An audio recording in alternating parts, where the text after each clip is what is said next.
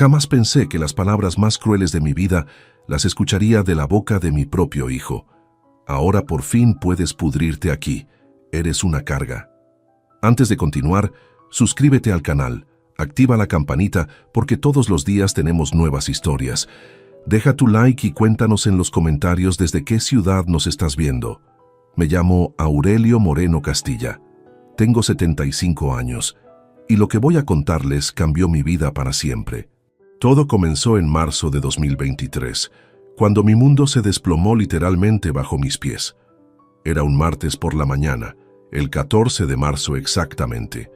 Llevaba 5 años viviendo solo con mi hijo Nicolás desde que mi querida Carmen falleció en 2018. Esa mañana me desperté temprano, como siempre, para preparar el desayuno. Nicolás trabajaba en una oficina de seguros y yo, jubilado de la construcción después de 45 años, me encargaba de mantener la casa en orden. Entré al baño para mi rutina matutina cuando ocurrió. El suelo estaba húmedo por la ducha que Nicolás había tomado la noche anterior y que, como siempre, no se molestó en secar. Mis pies descalzos resbalaron sobre las baldosas mojadas y caí hacia atrás con un golpe seco que resonó por toda la casa. El dolor fue inmediato e insoportable. Sentí como si me hubieran partido en dos. Grité pidiendo ayuda, pero Nicolás ya se había ido al trabajo. Permanecí en el suelo del baño durante 3 horas agonizantes hasta que él regresó para almorzar y me encontró allí, pálido y temblando. «Dios mío, papá, ¿qué te pasó?», exclamó Nicolás con lo que en ese momento interpreté como genuina preocupación. «Me caí. No puedo moverme, hijo. Creo que me rompí algo», le dije entre lágrimas de dolor. La ambulancia llegó 20 minutos después. En el Hospital Universitario La Paz, el doctor Ramírez fue directo. Fractura de cadera severa, lesión en la columna vertebral. A mi edad, las posibilidades de recuperación completa eran mínimas.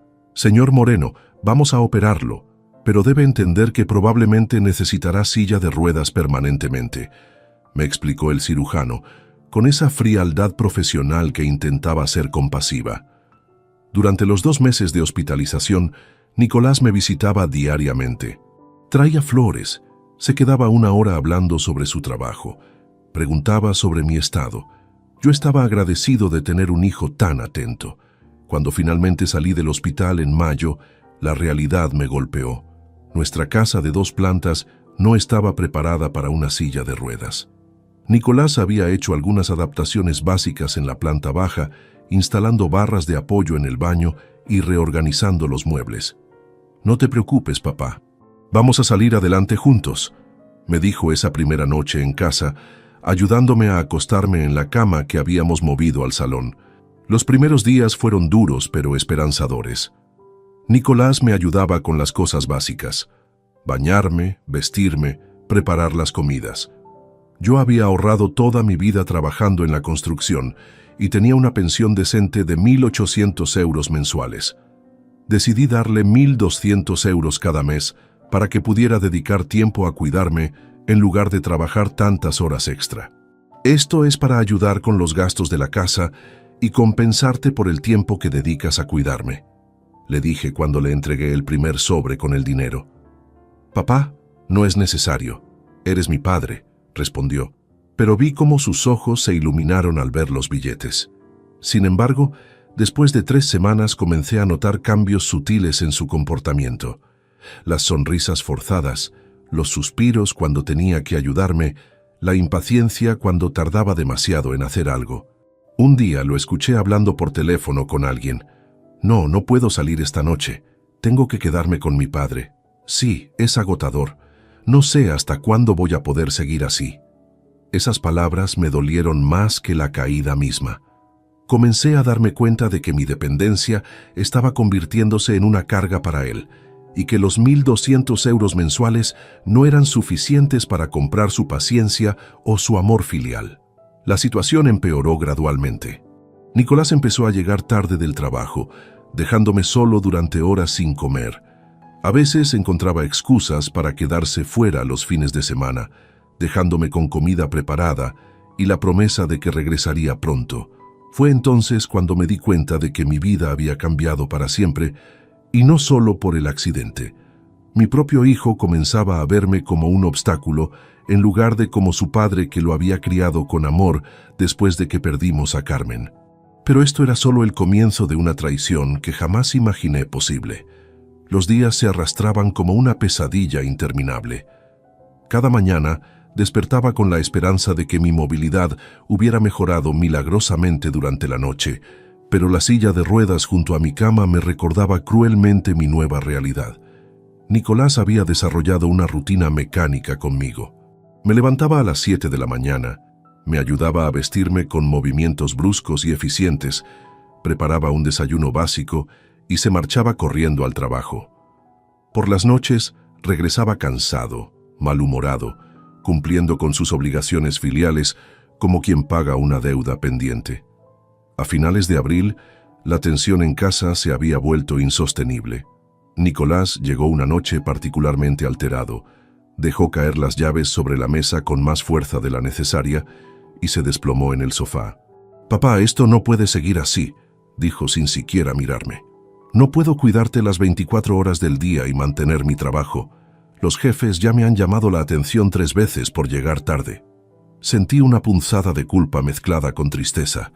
«Lo siento, hijo. Sé que no es fácil para ti». «No, no lo es», respondió con una dureza que me sobresaltó. «He estado pensando, necesitamos contratar a alguien que te cuide durante el día. Una profesional». La palabra profesional sonó extraña viniendo de él. Carmen siempre había cuidado de su madre enferma sin ayuda externa, considerándolo un honor familiar. Pero los tiempos habían cambiado y quizás Nicolás tenía razón. «¿Cuánto costaría algo así?», pregunté, aunque ya temía la respuesta. «He estado preguntando. Una cuidadora de día, de 8 de la mañana a 6 de la tarde, cuesta alrededor de 800 euros al mes, más los gastos de transporte y las vacaciones». 800 euros. Sumados a los 1.200 que ya le daba, más los gastos médicos, medicamentos y adaptaciones de la casa, estaríamos hablando de casi 2.000 euros mensuales solo para mi cuidado. «Está bien», acepté. «Si eso te ayuda a estar más tranquilo, hagámoslo».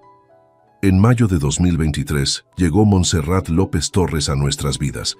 Era una mujer de 35 años, madre soltera, con experiencia cuidando personas mayores. Tenía una sonrisa genuina y manos suaves que contrastaban dramáticamente con la brusquedad creciente de Nicolás. «Don Aurelio, vamos a llevarnos muy bien», me dijo el primer día, acomodando mis medicinas en organizadores con los días de la semana.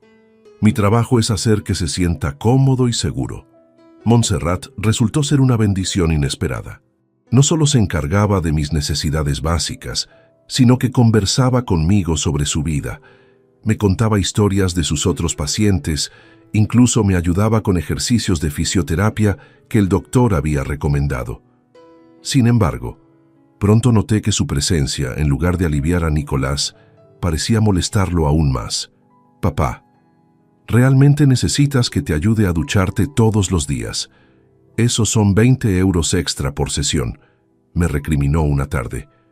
«¿Y estos ejercicios que hace contigo son realmente necesarios? Porque las horas extras se están acumulando». Comenzó a cronometrar las actividades de Montserrat, quejándose constantemente de los costos adicionales. Cuando ella sugirió comprar una silla de ruedas más moderna para facilitar mis movimientos, Nicolás se negó rotundamente. «La que tiene funciona perfectamente. No vamos a gastar 600 euros más en lujos», le dijo de manera tajante. Las conversaciones sobre dinero se volvieron constantes. Nicolás había hecho cálculos detallados de todos mis gastos y no perdía oportunidad de recordármelos.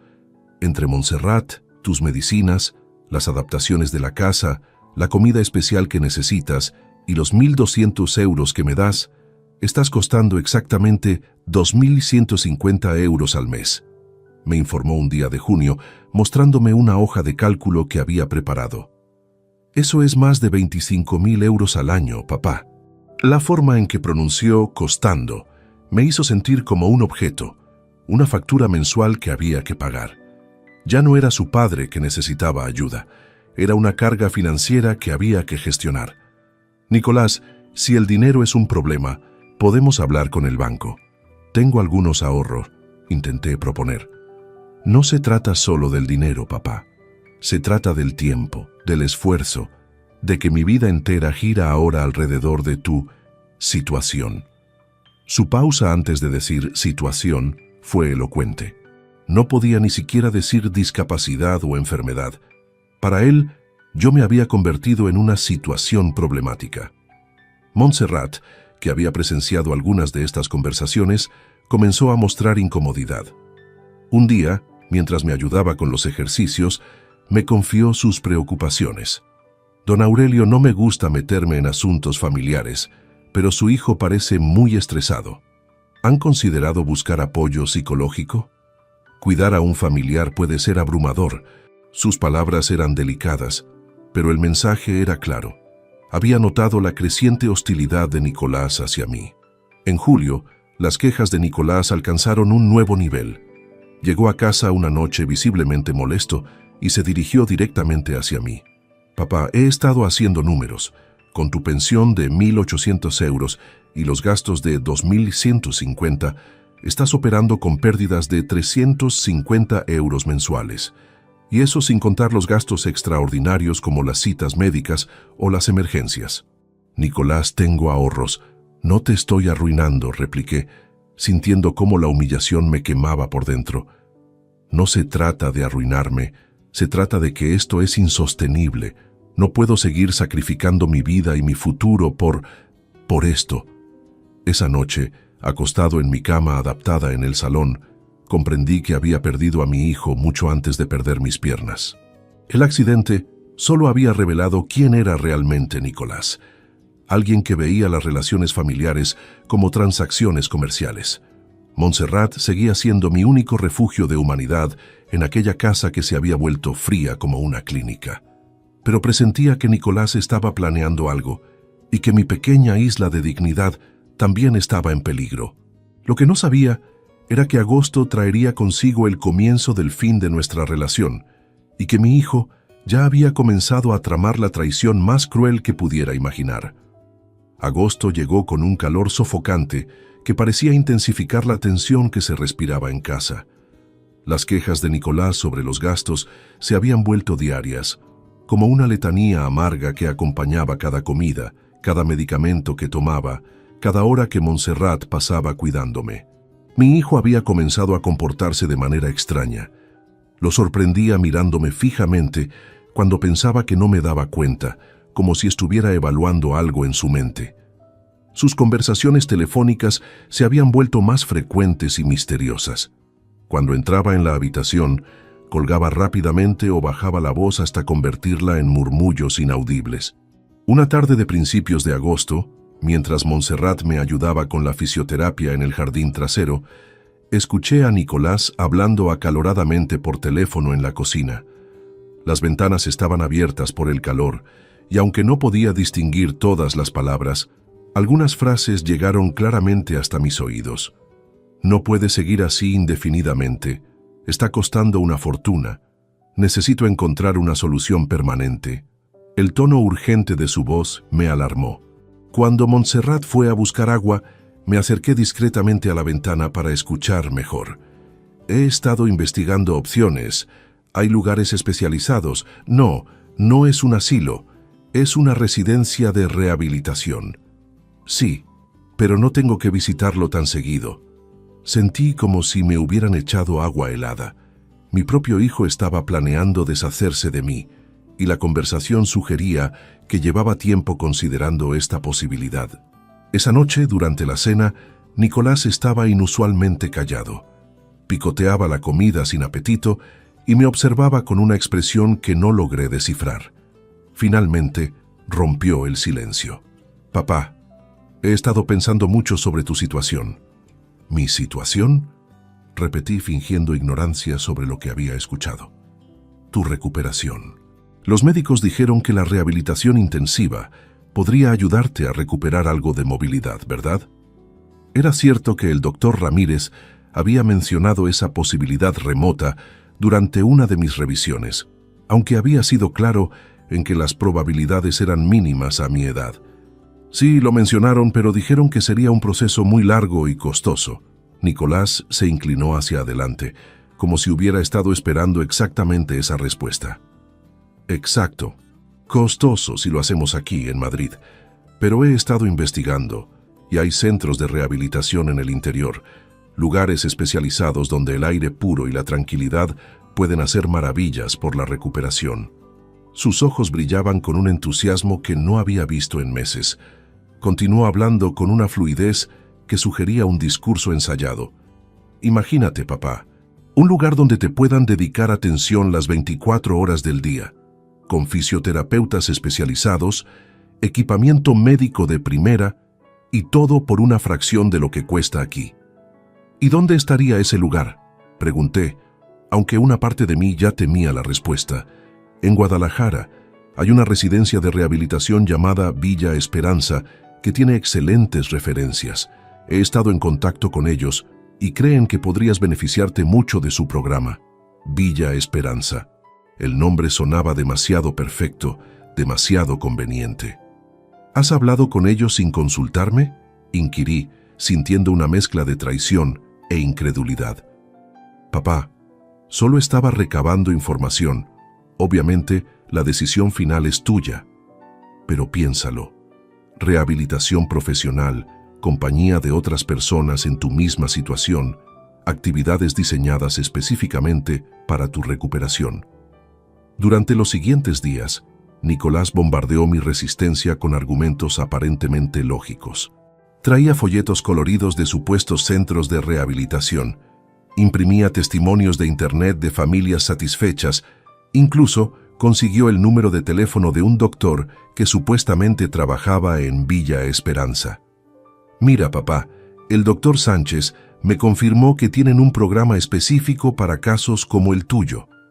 Dice que han visto mejorías notables en pacientes de tu edad. Montserrat, quien había presenciado estas conversaciones, me confesó sus dudas en privado.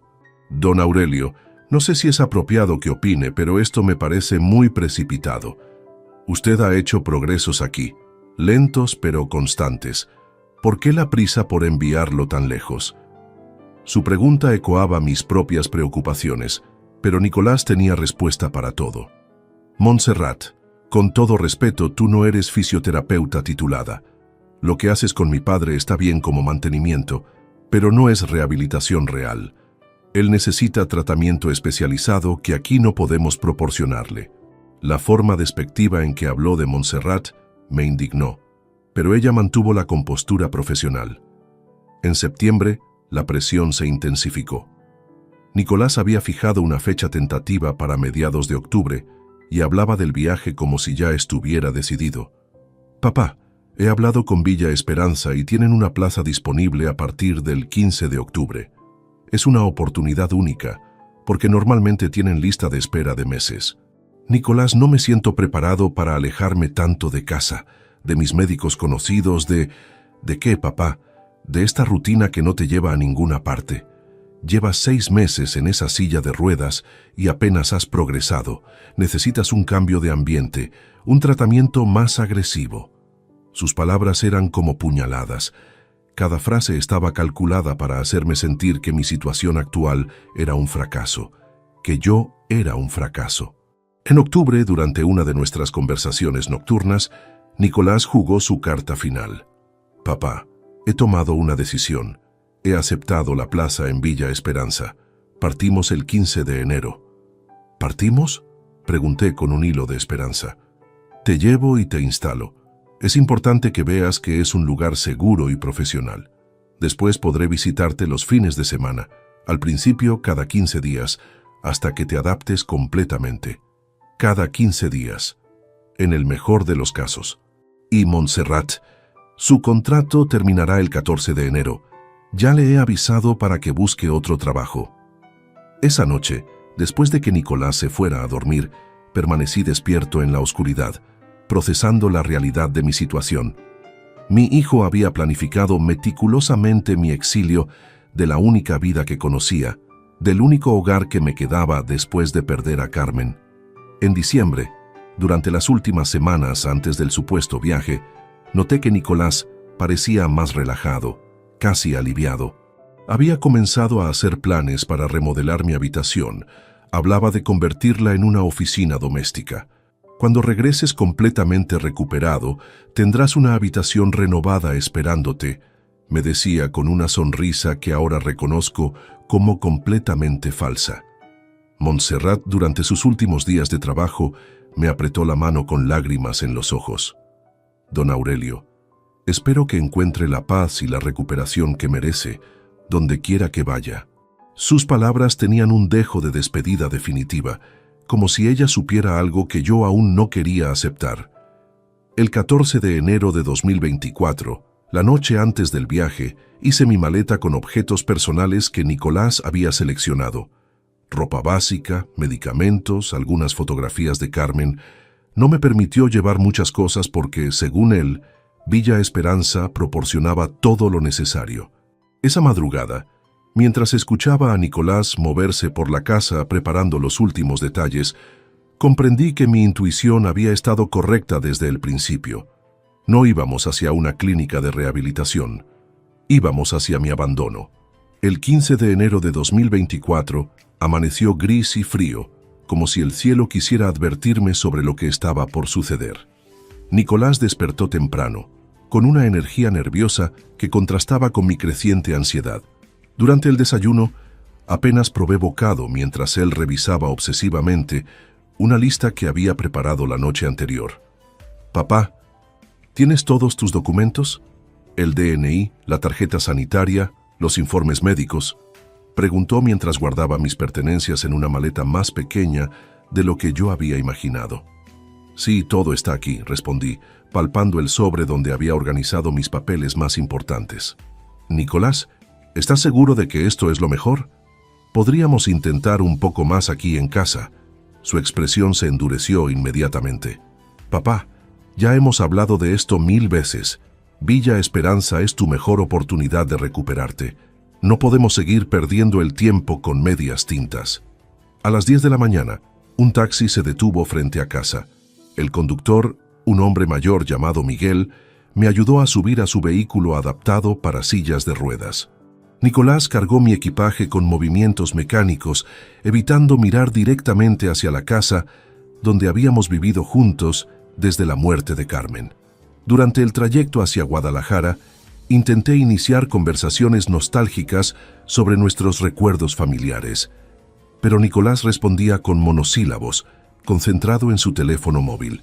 Cada kilómetro que nos alejaba de Madrid intensificaba mi sensación de desarraigo y abandono. «¿Cuánto tiempo crees que necesitaré estar allí?», pregunté cuando llevábamos 1 hora de viaje. «El tiempo que sea necesario, papá. Los especialistas evaluarán tu progreso y decidirán cuándo estás listo para regresar a casa». Sus palabras sonaban ensayadas, como si hubiera practicado esas respuestas para evitar comprometerse con fechas específicas. Llegamos al destino a las 12:30 del mediodía. Cuando vi el letrero «Residencia San Rafael», mi corazón se detuvo. No decía Villa Esperanza ni Centro de Rehabilitación. Era simplemente un asilo pintado de blanco desgastado, con jardines descuidados y una arquitectura que gritaba «Institución geriátrica». «Nicolás, esto no es lo que me describiste», dije con voz temblorosa, sintiendo cómo la realidad me golpeaba como un martillo. «Es el mismo lugar, papá. Solo han cambiado el nombre recientemente. La administración es nueva y están modernizando las instalaciones». Su mentira fue tan descarada que incluso el taxista Miguel me miró por el espejo retrovisor con expresión de pena. En ese momento comprendí que todo había sido una elaborada farsa.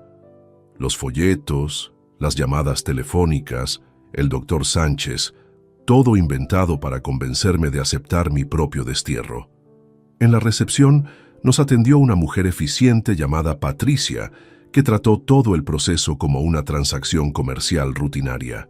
Habló directamente con Nicolás, como si yo fuera un paquete que estaba siendo entregado. «Señor Moreno, aquí tiene la documentación del ingreso. Su padre estará en la habitación 247, que comparte con el señor Tomás Ruiz, un caballero muy tranquilo. Las visitas son los miércoles y domingos de 3 a 5 de la tarde. Perfecto, respondió Nicolás sin consultar mi opinión sobre nada. ¿Y los gastos mensuales? 1. 400 euros al mes, que incluye alojamiento, manutención, cuidados básicos y actividades recreativas. Los gastos médicos extraordinarios se facturan por separado. Mientras firmaba los papeles, Nicolás parecía calculando mentalmente. Sus 1.400 euros de gastos contra los 2.150 que yo costaba en casa representaban un ahorro considerable para él. ¿Puedo ver mi habitación?, pregunté débilmente, necesitando procesar lo que estaba ocurriendo. Patricia me condujo por pasillos que olían a desinfectante y tristeza. Los residentes que veíamos parecían fantasmas de sí mismos, algunos dormitando en sillones frente a un televisor que nadie parecía estar viendo realmente. La habitación 247 era pequeña y espartana. 2 camas individuales, un armario compartido, una mesilla de noche para cada ocupante y una ventana que daba a un patio interior sin vida. Mi compañero de cuarto, Tomás Ruiz, me saludó con una sonrisa melancólica que parecía entender perfectamente mi situación. «Bienvenido, amigo. Yo llevo aquí 2 años. Al principio es difícil, pero uno se adapta», me dijo con una voz que había perdido toda esperanza. Nicolás ayudó a deshacer mi maleta con movimientos rápidos y eficientes, como si quisiera terminar cuanto antes con la formalidad. Colocó mis fotografías de Carmen sobre la mesilla de noche y colgó mi ropa en la mitad del armario que me correspondía. «Bueno, papá, parece que todo está en orden», dijo finalmente, evitando mi mirada. «El personal es muy profesional y las instalaciones están bien mantenidas. Nicolás, ¿cuándo vendrás a visitarme?». La pregunta quedó flotando en el aire durante varios segundos que se sintieron eternos. «El domingo que viene, si no surge nada urgente en el trabajo. Pero papá, es importante que te concentres en tu rehabilitación y no dependas emocionalmente de las visitas. Este lugar te ayudará a ser más independiente». Sus palabras eran como dagas envueltas en papel de regalo. Independiente, como si estar abandonado en un asilo fuera una forma de independencia. Llegó el momento de la despedida. Nicolás se acercó y me dio un abrazo mecánico, de esos que se dan por obligación social. «Cuídate, papá. Esto es lo mejor para ti». Cuando se dirigía hacia la puerta, algo dentro de mí explotó. Toda la humillación, toda la rabia acumulada durante meses de mentiras y manipulación salió de mi boca como un rugido desesperado. «Nicolás, ¿por qué me estás haciendo esto? Soy tu padre. Esto tendrá consecuencias». Se detuvo en el umbral de la puerta y se giró lentamente. Su rostro había cambiado por completo. Ya no quedaba rastro del hijo que había fingido preocupación durante meses. La máscara había caído definitivamente. «¿Consecuencias?», escupió con una risa amarga. «¿Qué consecuencias, papá? Eres un viejo inválido sin amigos, sin poder, sin nada más que una pensión miserable. ¿Qué consecuencias puedes traerme?». Su voz se alzó hasta convertirse en un grito cargado de resentimiento y crueldad. «Ahora por fin puedes pudrirte aquí. Eres una carga que he llevado durante demasiado tiempo. Este lugar es exactamente donde perteneces». Las palabras resonaron por toda la habitación como latigazos. Tomás, mi compañero de cuarto, se había quedado completamente inmóvil, claramente chocado por la brutalidad de la escena. «No puedo seguir sacrificando mi vida por alguien que ya no tiene futuro», continuó Nicolás, como si años de frustración reprimida se derramaran de una vez. «Necesito vivir mi propia vida sin tener que limpiar tus babas y escuchar tus quejas todos los días». Y con esas palabras se marchó. Escuché sus pasos alejándose por el pasillo, cada sonido martillando en mi corazón roto la realidad de mi abandono. Permanecí inmóvil en mi silla de ruedas durante lo que parecieron horas, mirando la puerta por donde había desaparecido mi hijo.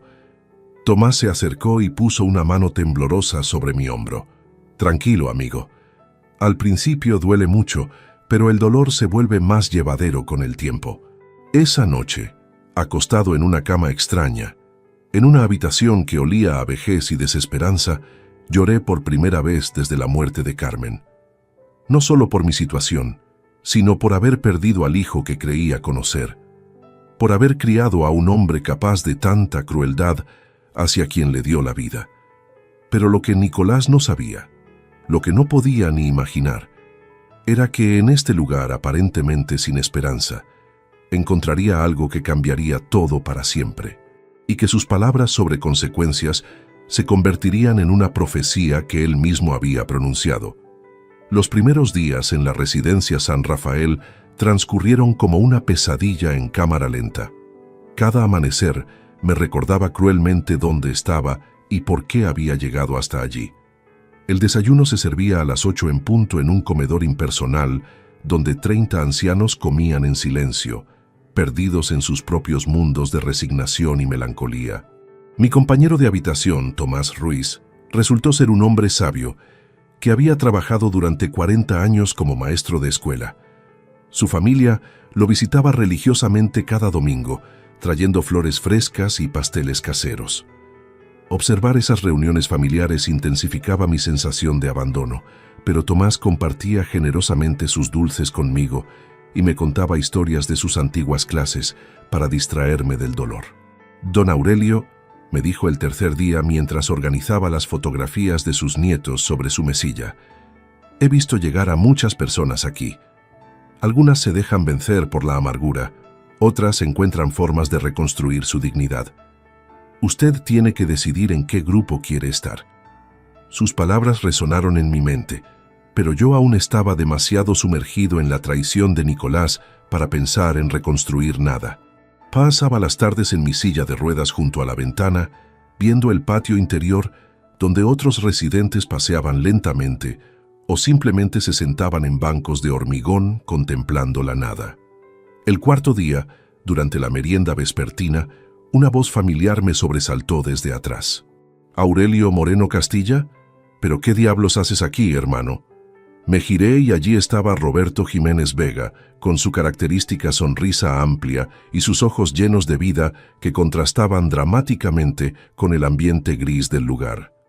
Roberto había sido mi compañero de trabajo en la constructora García y Asociados desde 1984, hasta que él decidió cambiar de rumbo profesional en 1998. Habíamos compartido incontables jornadas bajo el sol, construyendo edificios por toda la Comunidad de Madrid.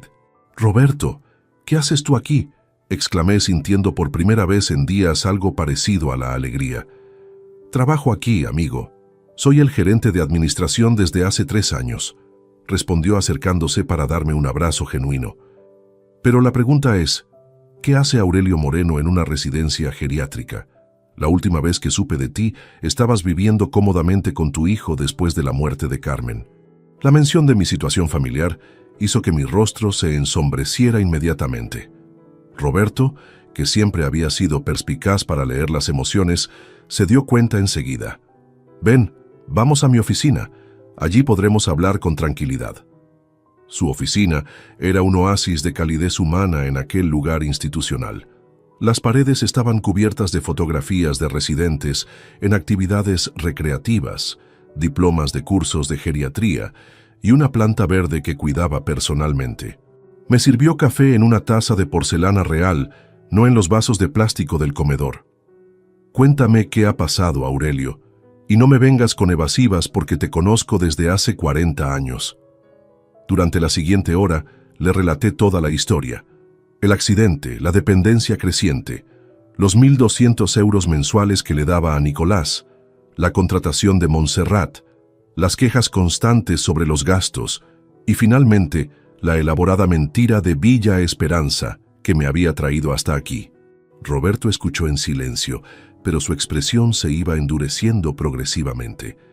Cuando llegué a la parte donde Nicolás me gritó, «Ahora por fin puedes pudrirte aquí», vi cómo apretaba los puños sobre su escritorio. «Ese hijo de la gran puta», murmuró entre dientes.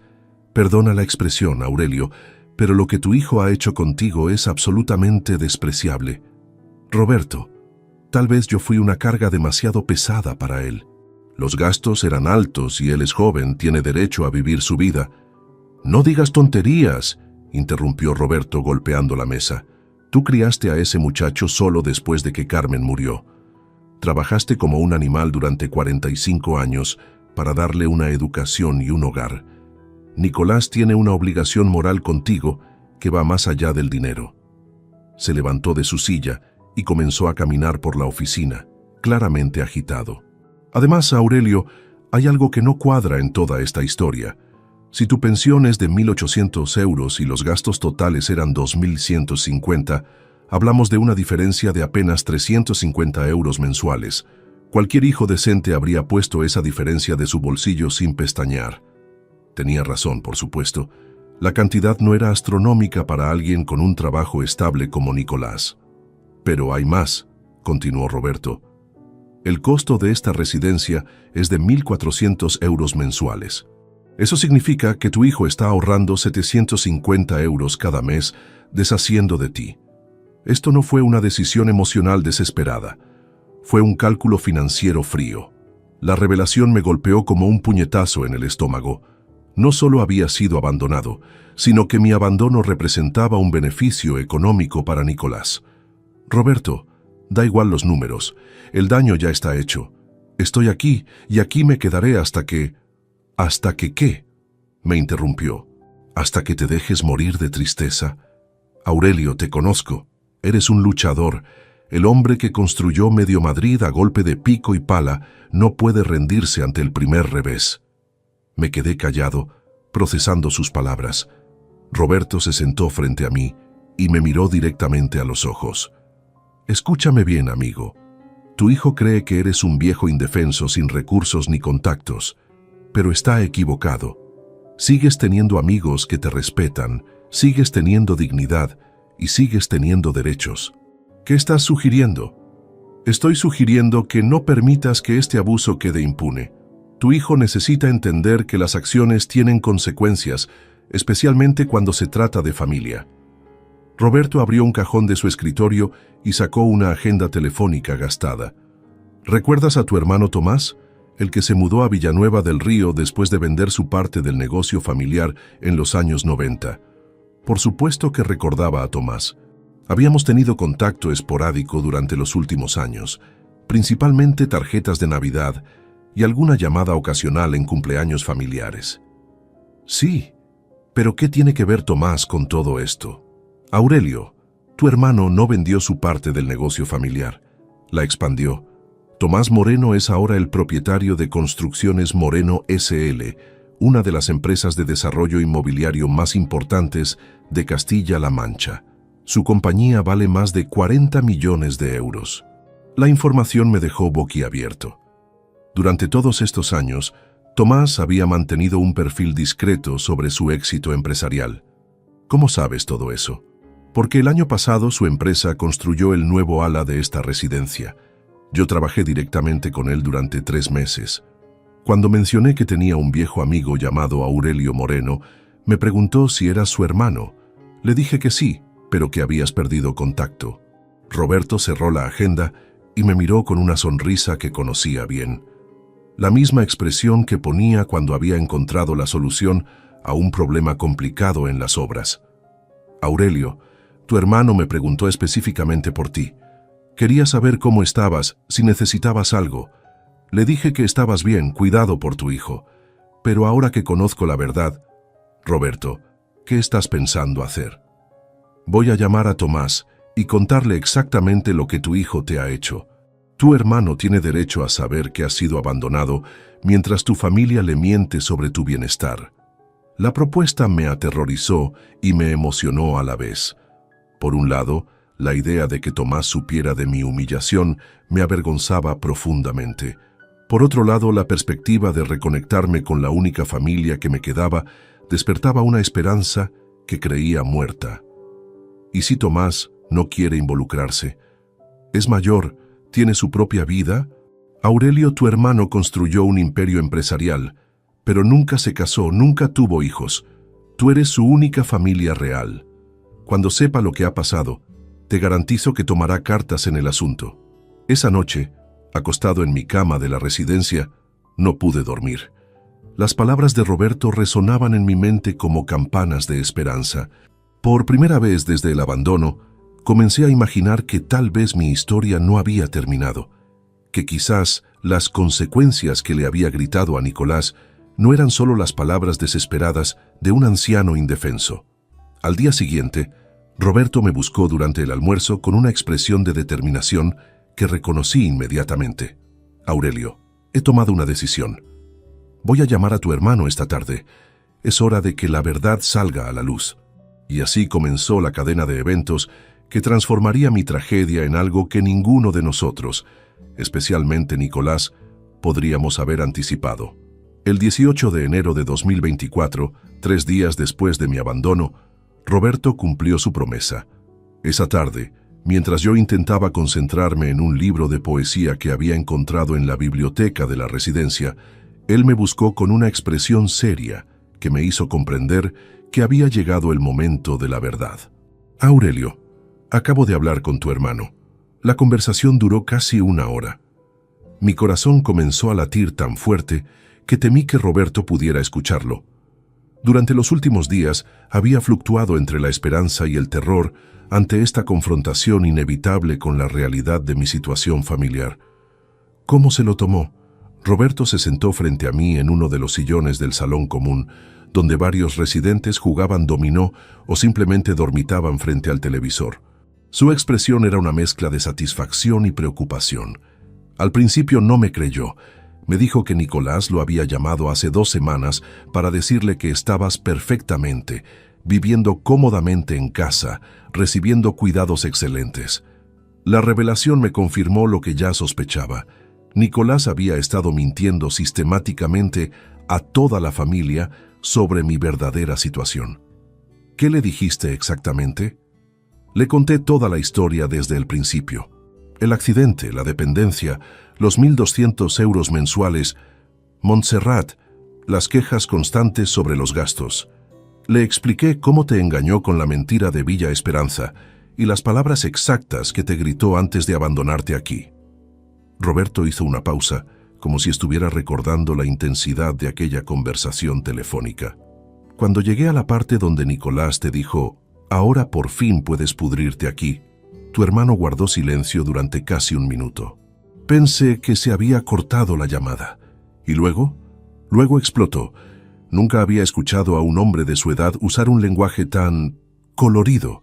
Llamó a Nicolás de todo menos bonito. Dijo que siempre había desconfiado de ese muchacho, que le parecía demasiado interesado en asuntos materiales y poco afectivo contigo. La descripción me sorprendió. Durante las pocas ocasiones en que Tomás y Nicolás habían coincidido en reuniones familiares, mi hermano siempre había sido cordial y educado con su sobrino. Tomás es muy observador, Aurelio. Me dijo que durante la Navidad de 2022, cuando tú aún podías caminar, notó cómo Nicolás constantemente desviaba las conversaciones hacia temas de dinero y herencias. Aparentemente, tu hijo le preguntó varias veces sobre el valor de sus propiedades y su empresa. Esta información me perturbó profundamente. Significaba que Nicolás había estado evaluando económicamente a la familia incluso antes de mi accidente, como si estuviera haciendo inventario de futuros beneficios. Roberto, mi hermano está molesto conmigo por no haberle contado mi situación. Todo lo contrario, está furioso consigo mismo por no haber mantenido contacto más estrecho contigo. Me dijo que si hubiera sabido la verdad, habría intervenido inmediatamente. Roberto se inclinó hacia adelante, bajando la voz para asegurar privacidad en nuestra conversación. Aurelio, tu hermano me hizo muchas preguntas específicas sobre esta residencia, sobre tu estado de salud, sobre tus necesidades económicas. También preguntó sobre las instalaciones médicas, las actividades rehabilitadoras, la calidad de la atención. ¿Para qué quería saber todo eso? Creo que está evaluando opciones para sacarte de aquí. Me pidió que te dijera que no te preocuparas, que él se haría cargo de la situación. La perspectiva de ser rescatado me llenaba de esperanza, pero también de aprensión. No quería convertirme en una carga para Tomás después de haber sido rechazado por mi propio hijo. Roberto, no quiero que mi hermano se sienta obligado a... Para el carro, Aurelio, me interrumpió. Tu hermano no habló de obligación, habló de vergüenza familiar. Me dijo textualmente, Los Moreno no abandonamos a los nuestros. Si Nicolás no entiende eso, es que no es realmente un Moreno. Esas palabras resonaron en mi corazón como un bálsamo curativo. Después de días sintiéndome como un desecho humano, alguien de mi sangre reafirmaba mi valor como persona y como miembro de la familia. ¿Cuáles son sus planes? Primero quiere venir a visitarte personalmente. Me dijo que partirá de Villanueva del Río mañana por la mañana y llegará aquí alrededor del mediodía. Quiere evaluar tu estado con sus propios ojos y conocer los detalles de tu situación médica. La noticia me emocionó tanto que sentí lágrimas formándose en mis ojos.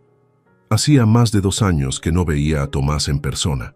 Segundo, continuó Roberto, quiere confrontar a Nicolás sobre sus mentiras, pero antes de hacer eso, quiere asegurar tu bienestar y tomar decisiones sobre tu futuro. ¿Qué tipo de decisiones? Roberto sonrió por primera vez en toda la conversación. Tu hermano me hizo una pregunta muy específica. ¿Crees que Aurelio estaría dispuesto a mudarse a Villanueva del Río si yo le ofreciera una casa adaptada para sus necesidades? Cuando le dije que seguramente sí, me respondió, entonces empezaré a hacer las gestiones necesarias. La propuesta me dejó sin habla. Villanueva del Río era una ciudad pequeña pero próspera en la provincia de Guadalajara, conocida por su tranquilidad y su paisaje hermoso. La idea de vivir cerca de mi hermano, en un ambiente cálido y familiar, contrastaba dramáticamente con la frialdad institucional de la residencia. Roberto, ¿crees que Tomás habla en serio o está actuando por impulso emocional? Aurelio, tu hermano no es un hombre impulsivo. Durante los 3 meses que trabajé con él en la construcción del ala nueva, lo observé tomar decisiones. Es meticuloso, calculador, pero también generoso con quienes considera dignos de su lealtad. Roberto se levantó y me puso una mano en el hombro. Además, me contó algo que te va a sorprender. Tu hermano nunca se casó ni tuvo hijos por decisión propia. Me dijo que su empresa y su éxito financiero no tenían sentido si no podía compartirlos con familia. Aparentemente, siempre pensó que ustedes dos envejecerían juntos, apoyándose mutuamente. Esa revelación me conmovió profundamente. Durante años había asumido que Tomás prefería la soledad, que su éxito empresarial era suficiente compañía. Nunca imaginé que también se sintiera solo o que valorara nuestro vínculo fraternal tanto como yo. ¿Mencionó algo sobre Nicolás? ¿Sobre cómo piensa manejar la situación con él?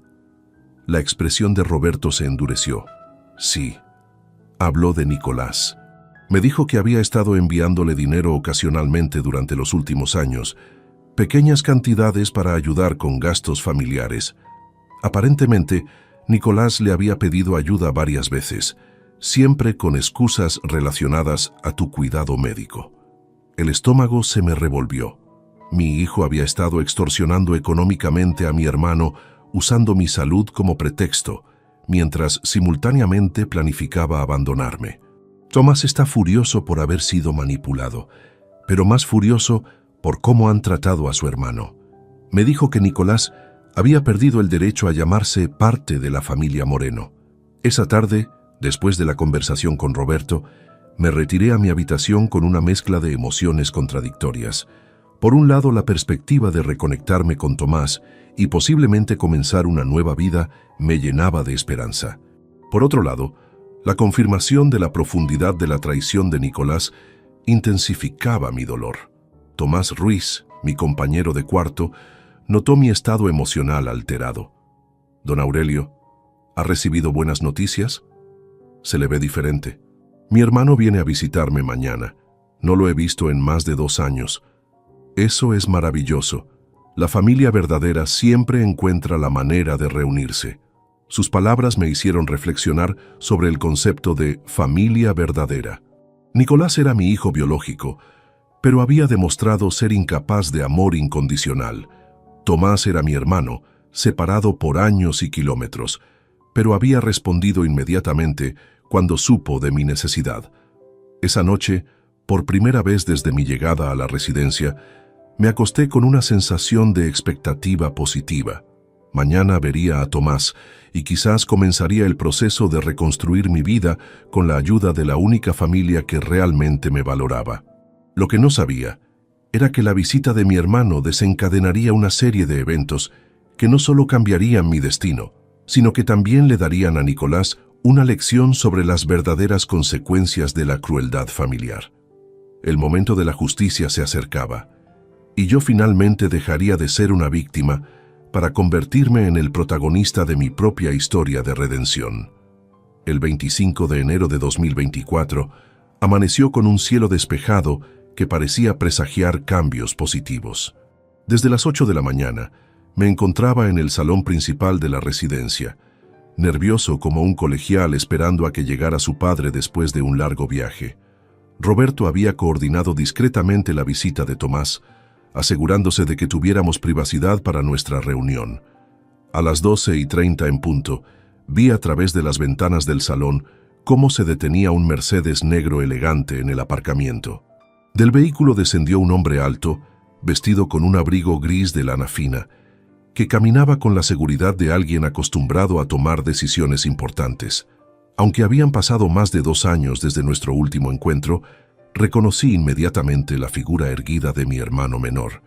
Tomás entró en la residencia acompañado por Roberto, y cuando nuestras miradas se cruzaron, vi en sus ojos una mezcla de alegría por el reencuentro y dolor por las circunstancias que nos reunían.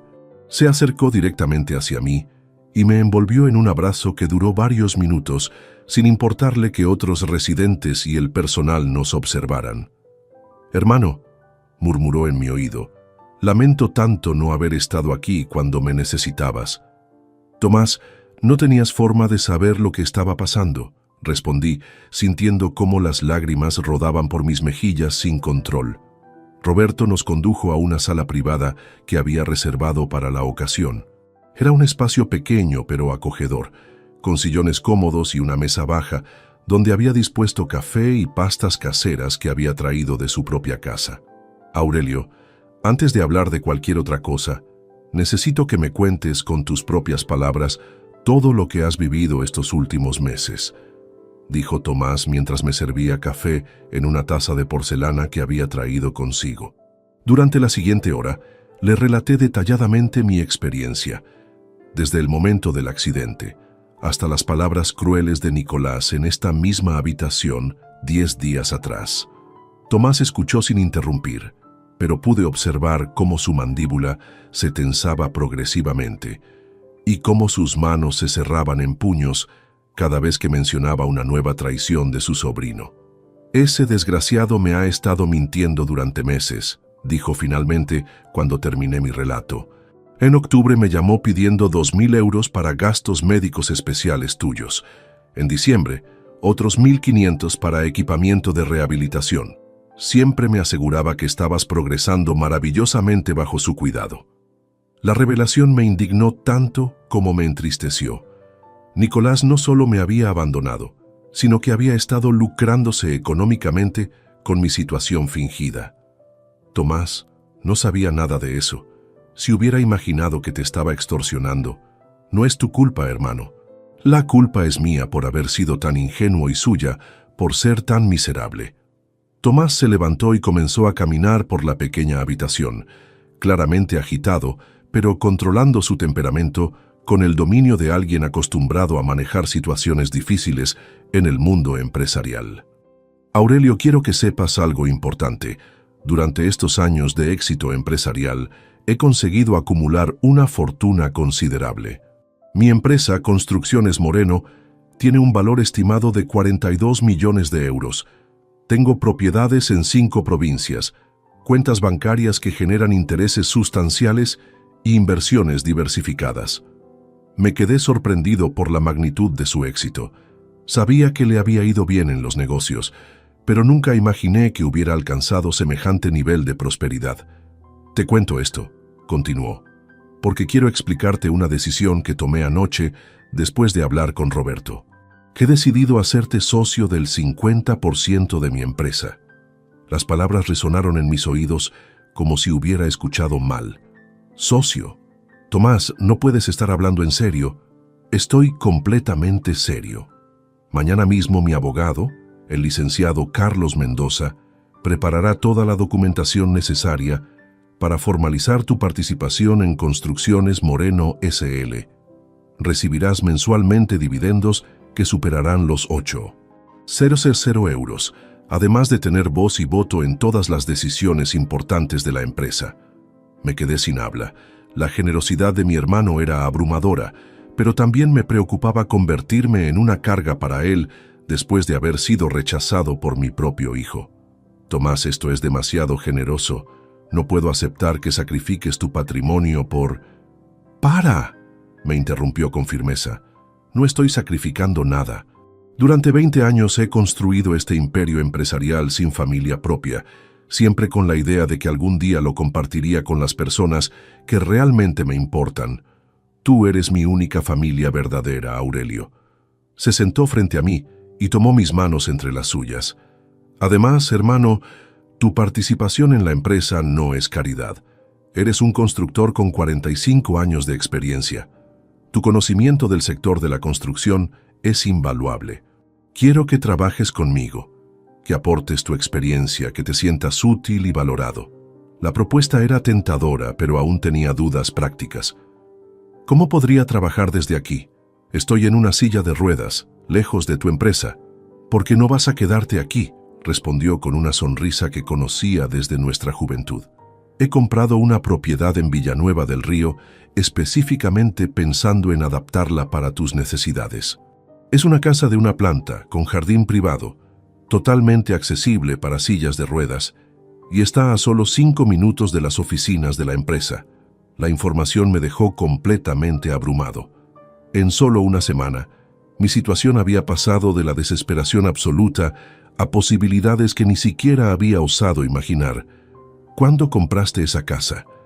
Ayer por la tarde, después de colgar el teléfono con Roberto. Llamé al mejor arquitecto especializado en accesibilidad de toda Castilla-La Mancha y le pedí que comenzara las adaptaciones inmediatamente. En 2 semanas, la casa estará lista para que te mudes. Tomás sacó su teléfono móvil y me mostró fotografías de una hermosa casa rural de piedra, con amplios ventanales, un jardín cuidado y rampas de acceso modernas que se integraban armoniosamente con la arquitectura tradicional. Hermano, ¿por qué estás haciendo todo esto por mí? Porque durante todos estos años de éxito me he sentido solo. El dinero y los negocios son satisfactorios, pero no llenan el vacío de la familia.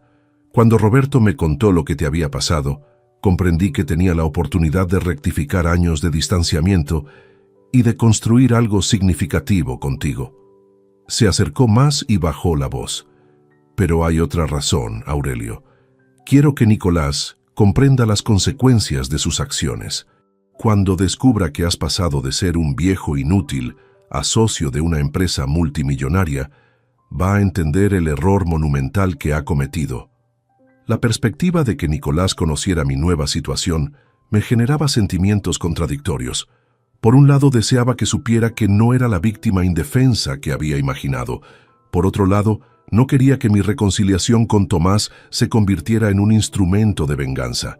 ¿Has pensado en cómo vas a manejar la situación con él? Tengo un plan, respondió con una sonrisa que no presagiaba nada bueno para mi hijo.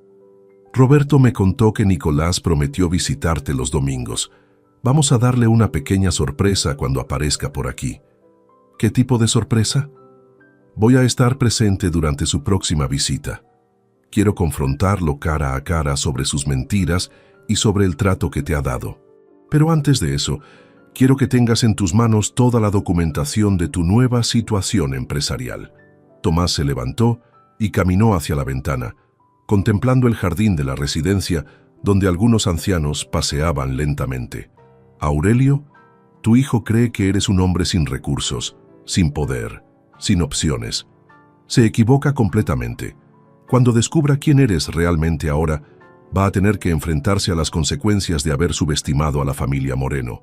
Esa tarde, después de que Tomás se marchara con la promesa de regresar en 2 días, con toda la documentación legal, me quedé en el salón de la residencia reflexionando sobre los eventos extraordinarios del día. En solo 7 horas, Había pasado de ser un anciano abandonado a convertirme en socio de una empresa multimillonaria, con una casa propia esperándome y la perspectiva de una nueva vida llena de propósito. Roberto se acercó durante la cena con una expresión de satisfacción evidente. ¿Cómo te sientes, Aurelio? Abrumado, agradecido, esperanzado y un poco asustado, admití honestamente. ¿Asustado de qué? De que todo esto sea demasiado bueno para ser verdad, de que mi hermano se arrepienta, de lo que pasará cuando Nicolás se entere. Roberto se sentó a mi lado y me puso una mano en el hombro. Tu hermano no es un hombre impulsivo. Lo que ha decidido hacer contigo lo ha pensado cuidadosamente. En cuanto a Nicolás, bueno, como él mismo dijo, las acciones tienen consecuencias. Esa noche, acostado en mi cama de la residencia que pronto abandonaría para siempre, pensé en las palabras proféticas que le había gritado a Nicolás el día de mi abandono. Esto tendrá consecuencias. En aquel momento las había pronunciado desde la desesperación y la impotencia. Ahora comprendía que el destino, con la ayuda de un hermano generoso y un amigo leal, había comenzado a convertir esas palabras en una realidad que superaría las peores pesadillas de mi hijo. La justicia a veces llega de maneras inesperadas, y yo estaba a punto de descubrir que mi historia de abandono se transformaría en una lección inolvidable sobre el valor real de la familia. El 10 de febrero de 2024 marcó exactamente 26 días desde mi abandono en la residencia San Rafael. Pero ese sábado por la mañana me desperté con una sensación completamente diferente a la desesperación que había caracterizado mis primeras semanas en aquel lugar. Los documentos legales que me convertían en socio del 50% de Construcciones Moreno S.L.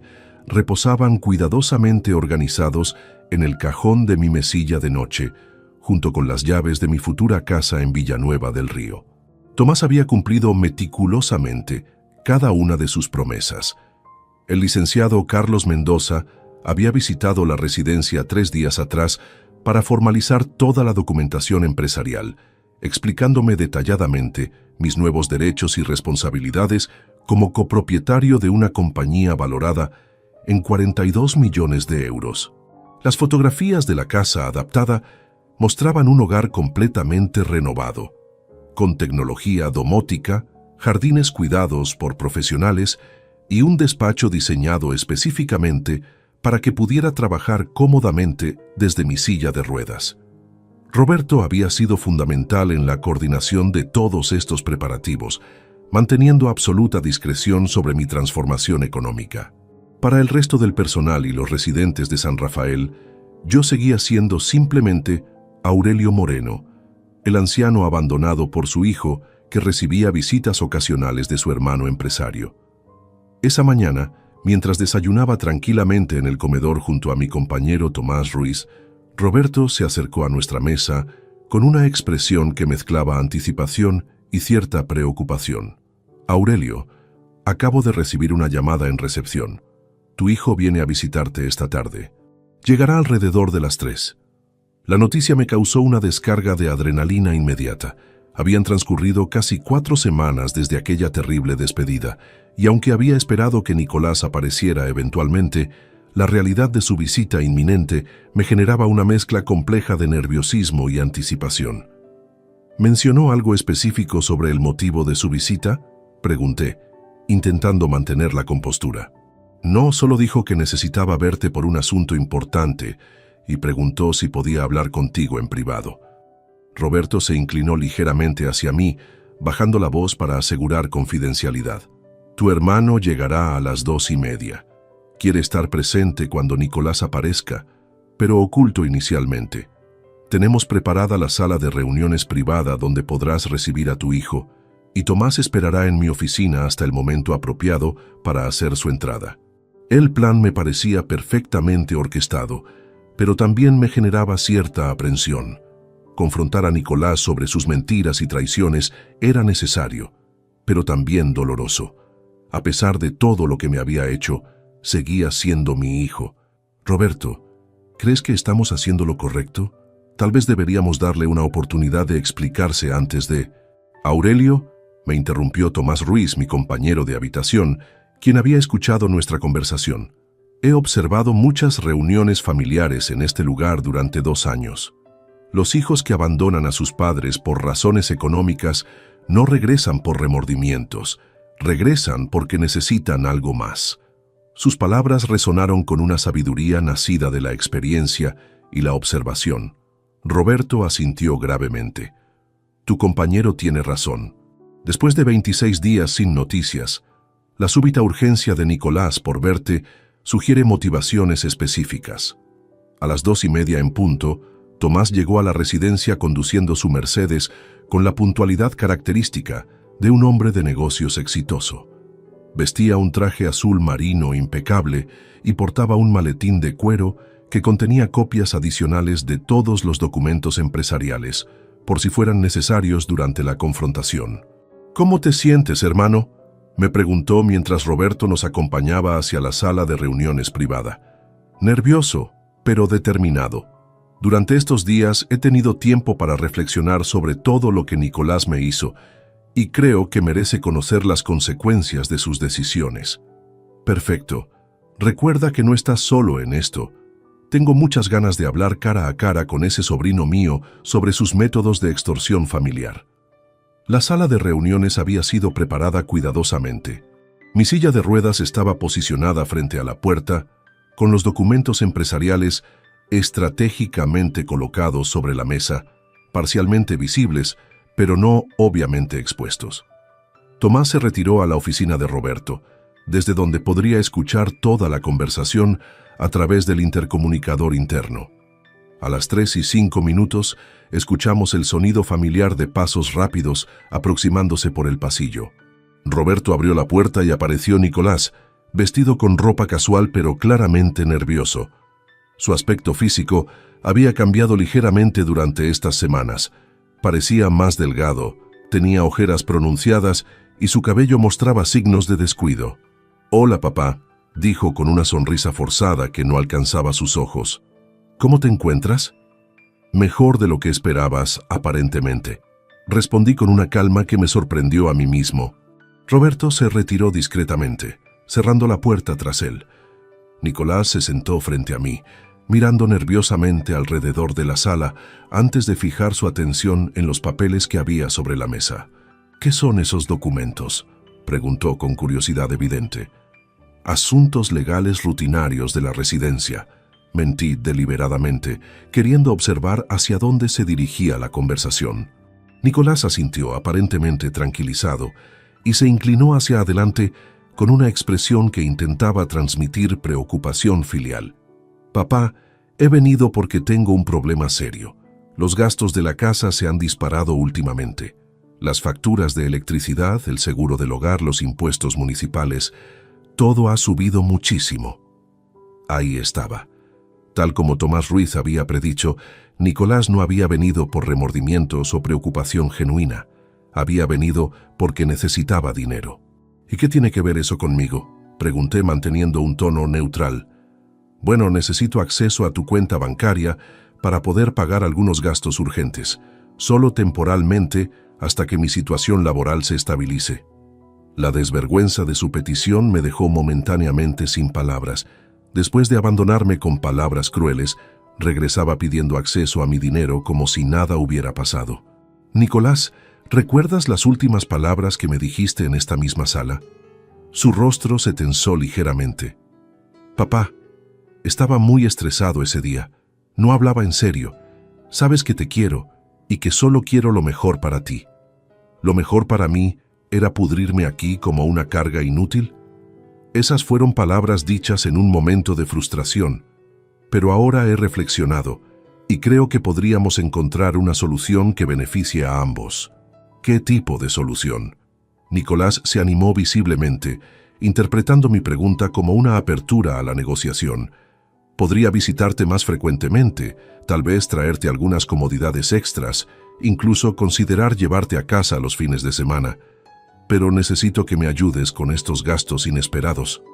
La propuesta era tan cínicamente calculada que sentí una mezcla de indignación y tristeza profunda. Mi propio hijo estaba intentando chantajearme emocionalmente después de haberme abandonado. «¿Cuánto dinero necesitas exactamente?». Unos 3.000 euros para cubrir los gastos más urgentes.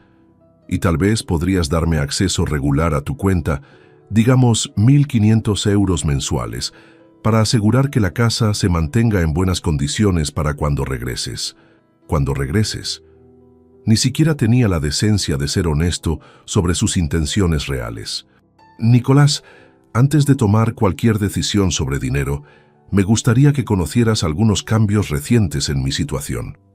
Extendí la mano hacia los documentos que había sobre la mesa y tomé el contrato de Sociedad de Construcciones Moreno S.L. ¿Qué es eso?, preguntó con curiosidad genuina. Lee tú mismo. Nicolás tomó el documento y comenzó a leer. Pude observar exactamente el momento en que comprendió el contenido. Sus ojos se abrieron completamente, su rostro palideció y sus manos comenzaron a temblar ligeramente. ¿Esto es real?, murmuró, revisando obsesivamente los sellos oficiales y las firmas legales. Completamente real. Soy socio del 50% de una empresa valorada en 42 millones de euros. También tengo una casa propia esperándome en Villanueva del Río. Nicolás levantó la vista del documento con una expresión de shock absoluto. ¿Cómo? ¿Cuándo? ¿Por qué no me dijiste nada? ¿Por qué habría de contarte algo a alguien que me dijo que me pudriera aquí como una carga inútil? En ese momento preciso, la puerta de la sala se abrió y apareció Tomás, impecablemente vestido y con una expresión que no presagiaba nada bueno para su sobrino. Hola, Nicolás. Creo que tú y yo tenemos mucho de qué hablar. La expresión de terror que se apoderó del rostro de mi hijo fue tan intensa que casi sentí lástima por él. Casi. El momento de la verdad había llegado. Y la armadilla que habíamos preparado cuidadosamente se había cerrado perfectamente sobre quien había creído que podía manipular y abandonar a su familia sin consecuencias. La confrontación que definiría para siempre nuestras relaciones familiares estaba a punto de comenzar. La entrada de Tomás en la sala de reuniones cambió instantáneamente la atmósfera del encuentro. Nicolás, que segundos antes intentaba procesar la documentación empresarial que tenía entre sus manos, ahora se encontraba frente al tío al que había estado mintiendo y extorsionando durante meses. Su rostro transitó rápidamente del shock inicial al pánico absoluto. «Tío Tomás, no sabía que estabas aquí», balbuceó Nicolás, intentando recomponer una apariencia de normalidad mientras dejaba caer nerviosamente los documentos sobre la mesa. «Estoy seguro de que no lo sabías», respondió Tomás con una sonrisa fría que yo conocía desde nuestra juventud, la misma expresión que ponía cuando se preparaba para confrontar a alguien que lo había traicionado. De hecho, hay muchas cosas que aparentemente no sabías cuando decidiste convertirte en un mentiroso profesional. Tomás cerró la puerta tras él y se dirigió lentamente hacia la mesa, colocándose de pie junto a mi silla de ruedas en una clara demostración de solidaridad fraternal. Su presencia física imponente, combinada con la autoridad que emanaba después de décadas dirigiendo una empresa exitosa, creaba una atmósfera intimidante que claramente perturbaba a Nicolás. «Siéntate», le ordenó a mi hijo con un tono que no admitía discusión. «Vamos a tener una conversación muy necesaria sobre honestidad, responsabilidad familiar y las consecuencias de manipular a las personas que te han dado todo en la vida». Nicolás obedeció mecánicamente, hundiéndose en su silla como si intentara hacerse invisible. Sus ojos oscilaban nerviosamente entre Tomás y yo, claramente calculando si existía alguna estrategia de escape de aquella situación. «Empecemos por lo básico», continuó Tomás sacando su teléfono móvil y consultando lo que parecía ser una lista de notas preparadas específicamente para esta confrontación. «El 15 de octubre de 2023 me llamaste pidiendo 200 euros para gastos médicos especiales de tu padre. Me aseguraste que él estaba progresando maravillosamente bajo tu cuidado amoroso». Nicolás abrió la boca para responder, pero Tomás levantó una mano para silenciarlo. «No he terminado. El 20 de diciembre, otra llamada. Esta vez necesitabas 1.500 euros para equipamiento de rehabilitación que supuestamente le estabas comprando. Nuevamente, me tranquilizaste diciéndome que Aurelio estaba muy bien atendido y que su recuperación era prometedora. Mi hermano guardó su teléfono y se inclinó ligeramente hacia adelante, clavando su mirada en los ojos de Nicolás. El 8 de enero de 2024, apenas una semana antes de abandonar a tu padre como si fuera basura, me llamaste por tercera vez. Querías 1.200 euros adicionales para terapias especializadas. Durante esa conversación, me dijiste textualmente: «Papá está muy animado con su progreso, tío. Dice que se siente afortunado de tener un hijo tan dedicado». Cada palabra de Tomás caía sobre Nicolás como martillazos. Mi hijo había palidecido tanto que parecía estar a punto de desmayarse. «¿Tienes algo que decir sobre estas conversaciones?», preguntó Tomás con una calma que resultaba más amenazante que cualquier grito. «Tío, las cosas eran complicadas. Los gastos realmente eran altos», comenzó Nicolás con voz temblorosa. «Los gastos eran altos», estalló Tomás, perdiendo finalmente la compostura. «¿Sabes cuáles son realmente altos, Nicolás? Los gastos emocionales de descubrir que tu único sobrino es un mentiroso, un manipulador y un ladrón que abandona a su padre después de robarle dinero usando mi generosidad». Se dirigió hacia la ventana de la sala, dándole la espalda a Nicolás mientras recuperaba el control de su temperamento. Cuando se giró nuevamente, su expresión había regresado a esa frialdad calculada que resultaba mucho más intimidante que la ira. «Pero lo que más me duele, lo que realmente me indigna, es lo que le hiciste a tu padre el día que lo abandonaste aquí». Tomás se acercó a Nicolás hasta quedar de pie directamente frente a él. «Ahora por fin puedes pudrirte aquí. Eres una carga». «Esas fueron tus palabras exactas, ¿verdad?». Nicolás intentó negar con la cabeza, pero su expresión de culpabilidad lo traicionaba completamente. «No intentes mentir. Roberto Jiménez me contó cada detalle de esa despedida. También me informó que durante meses habías estado quejándote de los gastos que tu padre representaba, tratándolo como una inversión no rentable en lugar de como el hombre que sacrificó 45 años de su vida para darte educación, hogar y oportunidades». En ese momento decidí intervenir. Durante toda mi vida había permitido que otros hablaran por mí en momentos cruciales, pero esta vez necesitaba expresar directamente mis sentimientos a mi hijo. «Nicolás», dije con una voz más firme de la que había usado en semanas, «quiero que me escuches muy cuidadosamente. Durante estos 26 días en esta residencia, he tenido mucho tiempo para reflexionar sobre nuestra relación, sobre los sacrificios que hice por ti y sobre el hombre en el que te has convertido». Mi hijo finalmente me miró directamente y pude ver lágrimas formándose en sus ojos. Por un momento, albergué la esperanza de que tal vez existiera algún vestigio de arrepentimiento genuino en su corazón. «Cuando tu madre murió, podrías haber sido criado por tus tíos o haber ido a un internado. Pero yo decidí renunciar a mis propios sueños de jubilación temprana para seguir trabajando y poder criarte personalmente. Trabajé horas extras durante años para pagarte los estudios universitarios. Nunca me quejé, nunca te cobré el sacrificio». Las lágrimas ahora rodaban libremente por las mejillas de Nicolás, pero yo continué. «Cuando tuve el accidente, te di 200 euros mensuales no porque fueras mi empleado, sino porque eras mi hijo y quería compensarte por el tiempo que dedicabas a cuidarme.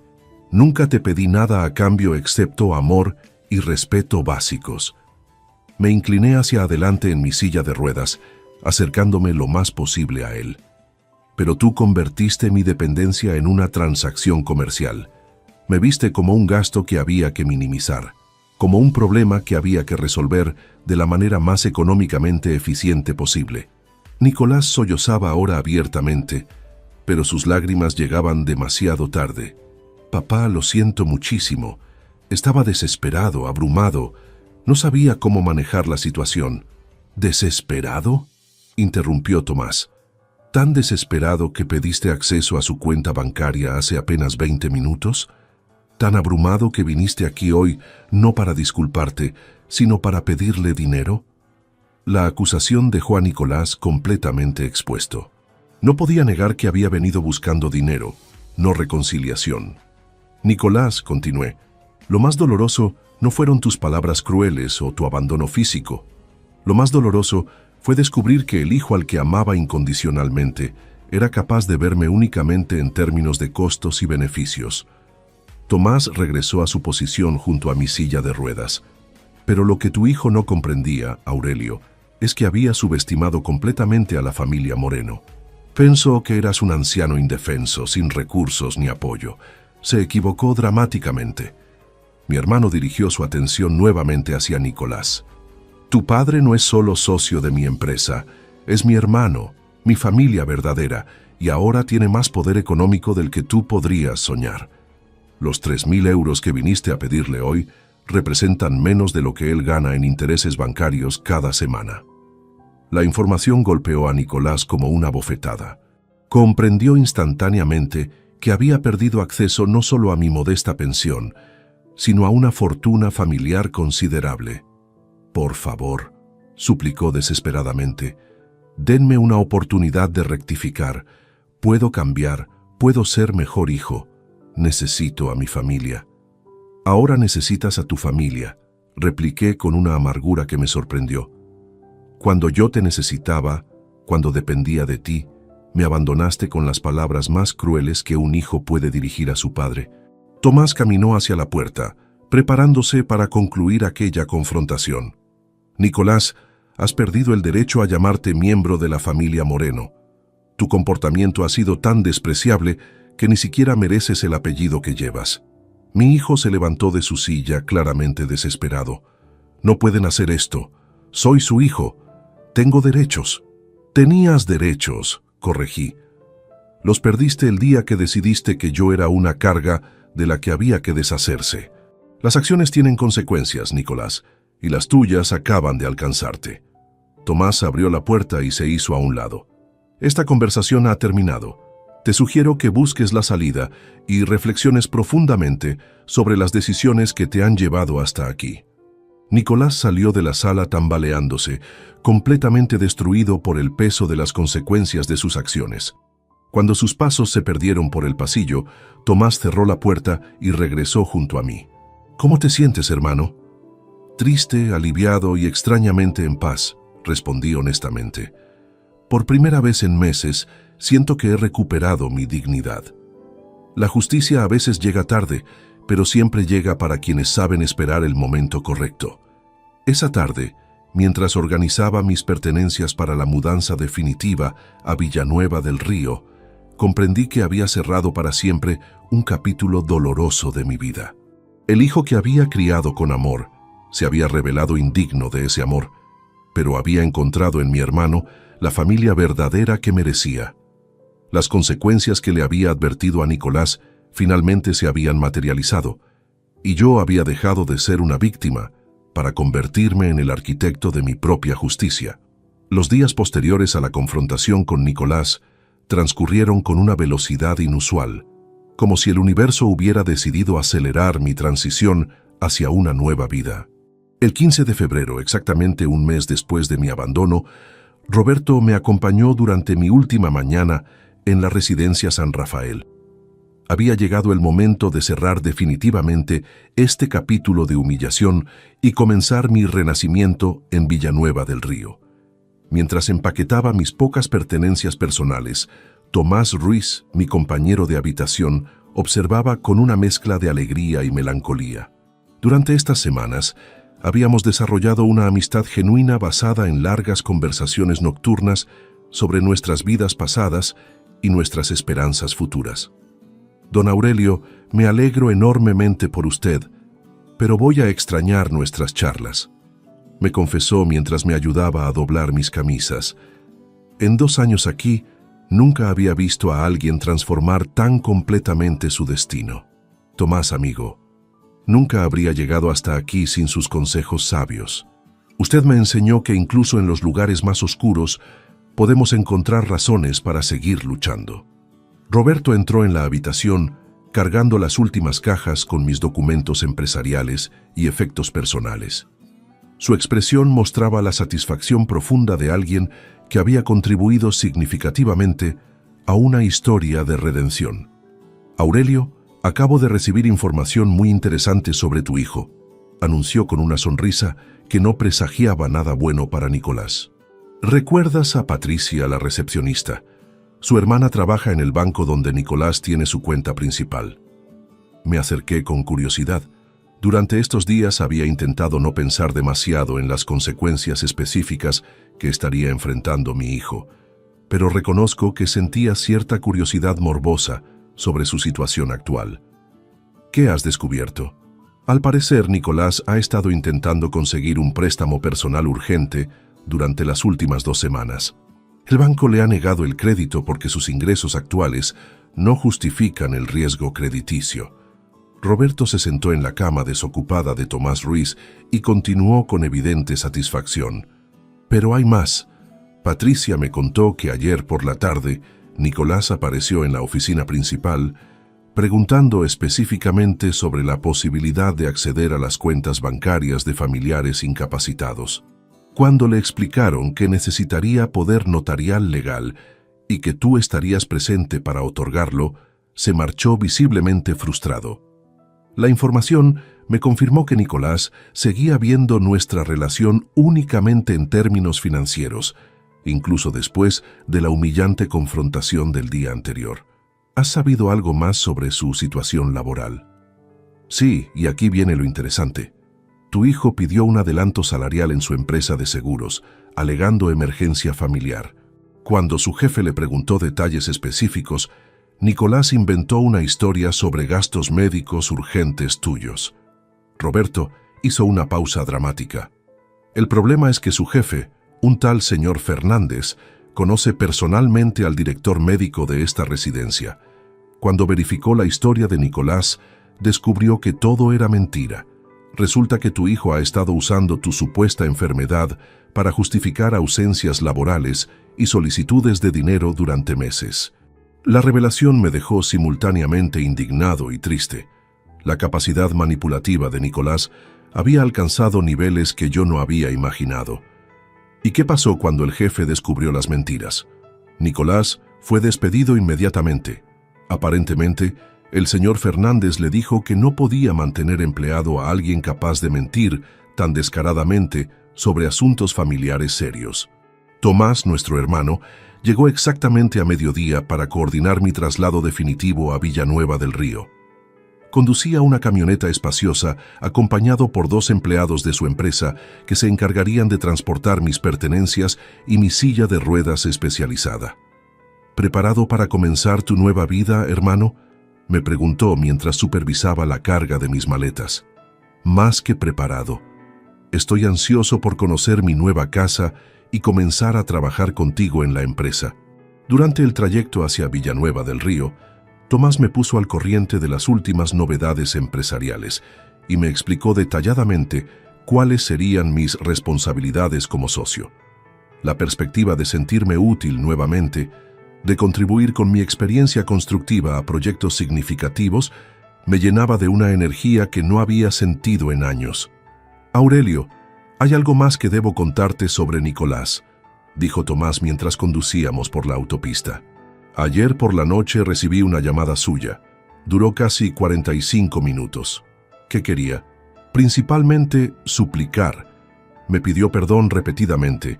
Intentó justificar sus acciones alegando estrés y problemas económicos, y finalmente me rogó que reconsiderase la decisión de incluirte como socio de la empresa. La petición me pareció tan absurda como predecible. ¿Qué le respondiste? Le expliqué muy claramente que su comportamiento había sido imperdonable y que las consecuencias de abandonar familia no se podían revertir con súplicas tardías. También le informé que había perdido cualquier posibilidad futura de herencia familiar. Tomás redujo la velocidad al acercarnos a una zona de obras en la carretera. Pero la conversación se puso realmente interesante cuando comenzó a amenazarme. Me dijo que tenía derechos legales como hijo único, que podía impugnar judicialmente tu capacidad mental para tomar decisiones empresariales. Incluso sugirió que yo te había manipulado para aprovecharme de tu vulnerabilidad. ¿Amenazó con demandarte? Exactamente. Le respondí que sería bienvenida a cualquier investigación legal porque tenemos documentación completa de todo el proceso. Además, le recordé que Roberto Jiménez y varios empleados de la residencia pueden testimoniar sobre su abandono cruel y sus palabras despectivas hacia ti. Llegamos a Villanueva del Río al atardecer, y cuando vi mi nueva casa por primera vez, me quedé completamente sin palabras.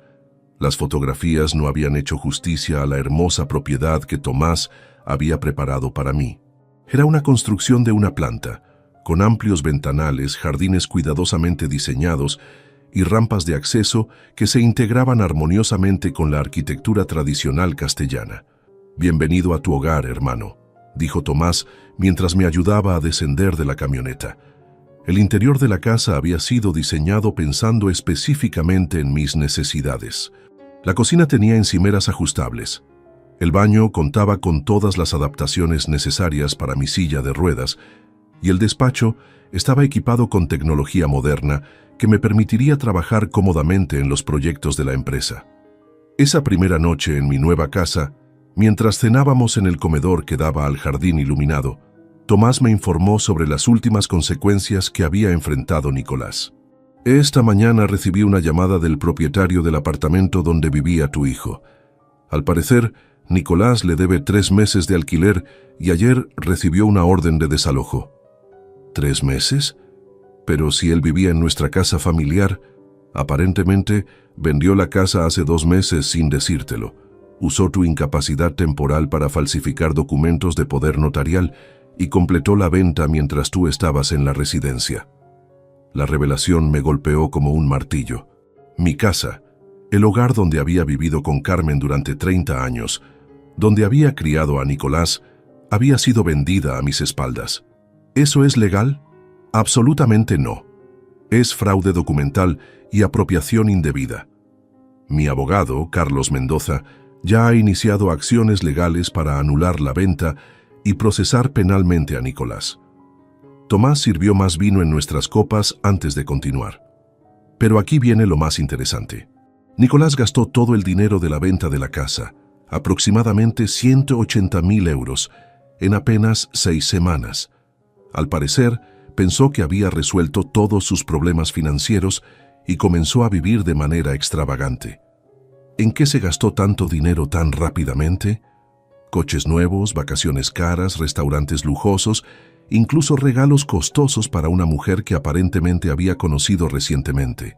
Cuando la mujer descubrió que él había perdido su trabajo y no tenía ingresos estables, desapareció inmediatamente.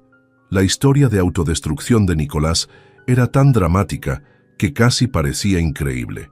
Entonces ahora está sin trabajo, sin casa, sin dinero y sin apoyo familiar. Exactamente. Y enfrenta cargos criminales por fraude que pueden resultar en prisión. Sus decisiones han creado una cascada de consecuencias que van mucho más allá de lo que cualquiera de nosotros habría imaginado. Esa noche, acostado en mi nueva habitación con vista al jardín, reflexioné sobre la transformación completa de nuestras circunstancias. En solo un mes, yo había pasado de ser un anciano abandonado a convertirme en socio de una empresa exitosa, con una casa propia y una nueva vida llena de propósito. Nicolás había transitado el camino opuesto, de tener una vida cómoda sostenida por mi generosidad, a enfrentar la ruina total y posibles consecuencias legales graves. Las palabras proféticas que le había gritado el día de mi abandono se habían cumplido de manera más dramática de lo que cualquiera de nosotros habría anticipado. Esto tendrá consecuencias. Ya no eran las palabras desesperadas de un padre humillado, sino una predicción que se había materializado con justicia implacable. Al día siguiente, comenzaría oficialmente mi nueva vida como socio de Construcciones Moreno S.L., rodeado del respeto y el amor de la familia que realmente me valoraba. Nicolás, mientras tanto, tendría que enfrentar solo las ruinas de la existencia que él mismo había construido con sus decisiones egoístas y crueles. La justicia había llegado finalmente, y yo había aprendido que nunca es demasiado tarde para reconstruir la dignidad perdida cuando tenemos el apoyo de quienes genuinamente nos aman. 6 meses han transcurrido desde aquel día gris de enero, cuando Nicolás me abandonó en la residencia San Rafael, y mientras escribo estas líneas desde el despacho de mi casa en Villanueva del Río, puedo afirmar con certeza que los momentos más oscuros de mi vida se convirtieron en el catalizador de mi renacimiento personal y profesional. Esta mañana, como cada día desde marzo, me levanté a las 7 para revisar los informes financieros de Construcciones Moreno S.L. Los números del segundo trimestre han superado todas nuestras expectativas. Beneficios netos de 3.2 millones de euros, contratos firmados por valor de 15 millones para el próximo año, y una plantilla que ha crecido de 45 a 78 empleados especializados. Mi experiencia de 4 décadas en el sector constructivo ha resultado invaluable para identificar oportunidades de mercado y optimizar procesos operativos. Tomás y yo desayunamos juntos cada mañana en el jardín de mi casa, planificando las actividades del día, mientras contemplamos los viñedos que se extienden hacia las colinas circundantes. Nuestra colaboración empresarial ha evolucionado hacia una sociedad perfectamente complementaria. Él aporta su visión estratégica y conocimiento del mercado actual, mientras yo contribuyo con experiencia práctica y relaciones cultivadas durante décadas de trabajo manual. Aurelio, el alcalde de Sigüenza, quiere reunirse con nosotros la próxima semana, me informó Tomás esta mañana mientras revisábamos las propuestas para el proyecto de rehabilitación del casco histórico. Están interesados en nuestro enfoque de construcción sostenible adaptada al patrimonio arquitectónico. Perfecto. He estado estudiando los planos originales del siglo XVI que conservan en el archivo municipal. Creo que podemos integrar tecnología moderna manteniendo la estética tradicional. Estas conversaciones profesionales me llenan de una satisfacción que no había experimentado durante mis años de jubilación forzosa.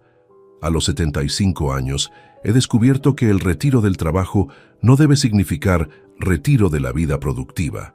Mi rutina diaria incluye 2 horas matutinas dedicadas a proyectos empresariales, 1 hora de fisioterapia con el especialista que Tomás contrató para ayudarme a mantener la movilidad, almuerzo con los amigos de la infancia que he reencontrado en el pueblo, y tardes dedicadas a la lectura y correspondencia con otros empresarios del sector.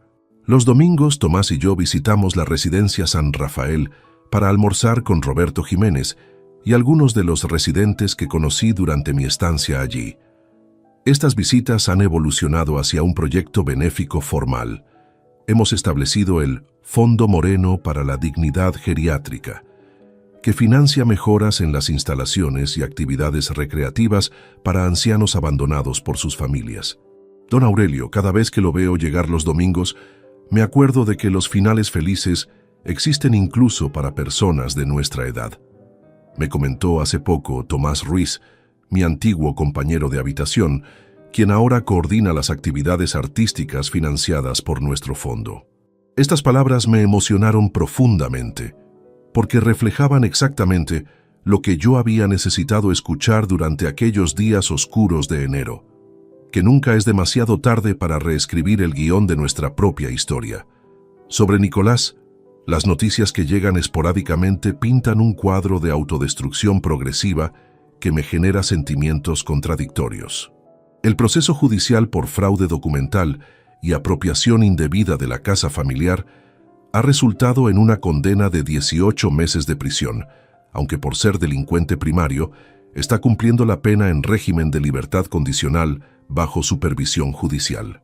Carlos Mendoza, nuestro abogado, me informó la semana pasada que Nicolás ha intentado contactarme en múltiples ocasiones a través de diferentes intermediarios, incluyendo antiguos vecinos, compañeros de trabajo y hasta el párroco de nuestra antigua parroquia en Madrid. Todos han recibido la misma respuesta. No tengo interés en restablecer contacto con alguien que demostró ser capaz de abandonarme cuando más vulnerable me encontraba. Tu hijo está trabajando como peón de construcción en una empresa pequeña de Getafe, me contó Carlos durante nuestra reunión mensual para revisar asuntos legales. Gana 900 euros al mes y vive en una habitación alquilada. Aparentemente, ha intentado conseguir trabajos mejor remunerados, pero las referencias laborales negativas de su anterior empresa de seguros le complican las oportunidades. La información me genera tristeza, pero no arrepentimiento. Las consecuencias que Nicolás enfrenta son resultado directo de decisiones que tomó libremente cuando calculó que abandonarme representaría beneficio económico sin repercusiones significativas. Lo que más me tranquiliza es haber comprendido que el amor filial genuino no se puede forzar ni comprar. Durante décadas, intenté ganarme el afecto de Nicolás a través de sacrificios financieros y concesiones emocionales, pero nunca conseguí despertar en él la reciprocidad natural que caracteriza las relaciones familiares saludables. En contraste, la generosidad y lealtad que Tomás me ha demostrado durante estos meses surge espontáneamente del vínculo fraternal que habíamos descuidado, pero nunca perdido realmente. Nuestra colaboración empresarial ha fortalecido una relación que trasciende obligaciones familiares para convertirse en partnership basado en respeto mutuo y valores compartidos. Ayer recibí una carta manuscrita de Montserrat López Torres, la cuidadora que Nicolás había contratado durante mis últimos meses en Madrid.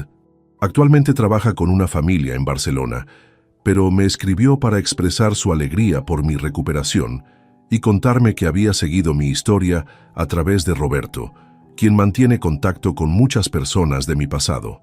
Don Aurelio, escribía Montserrat, durante los meses que trabajé cuidándolo, siempre supe que usted era una persona especial.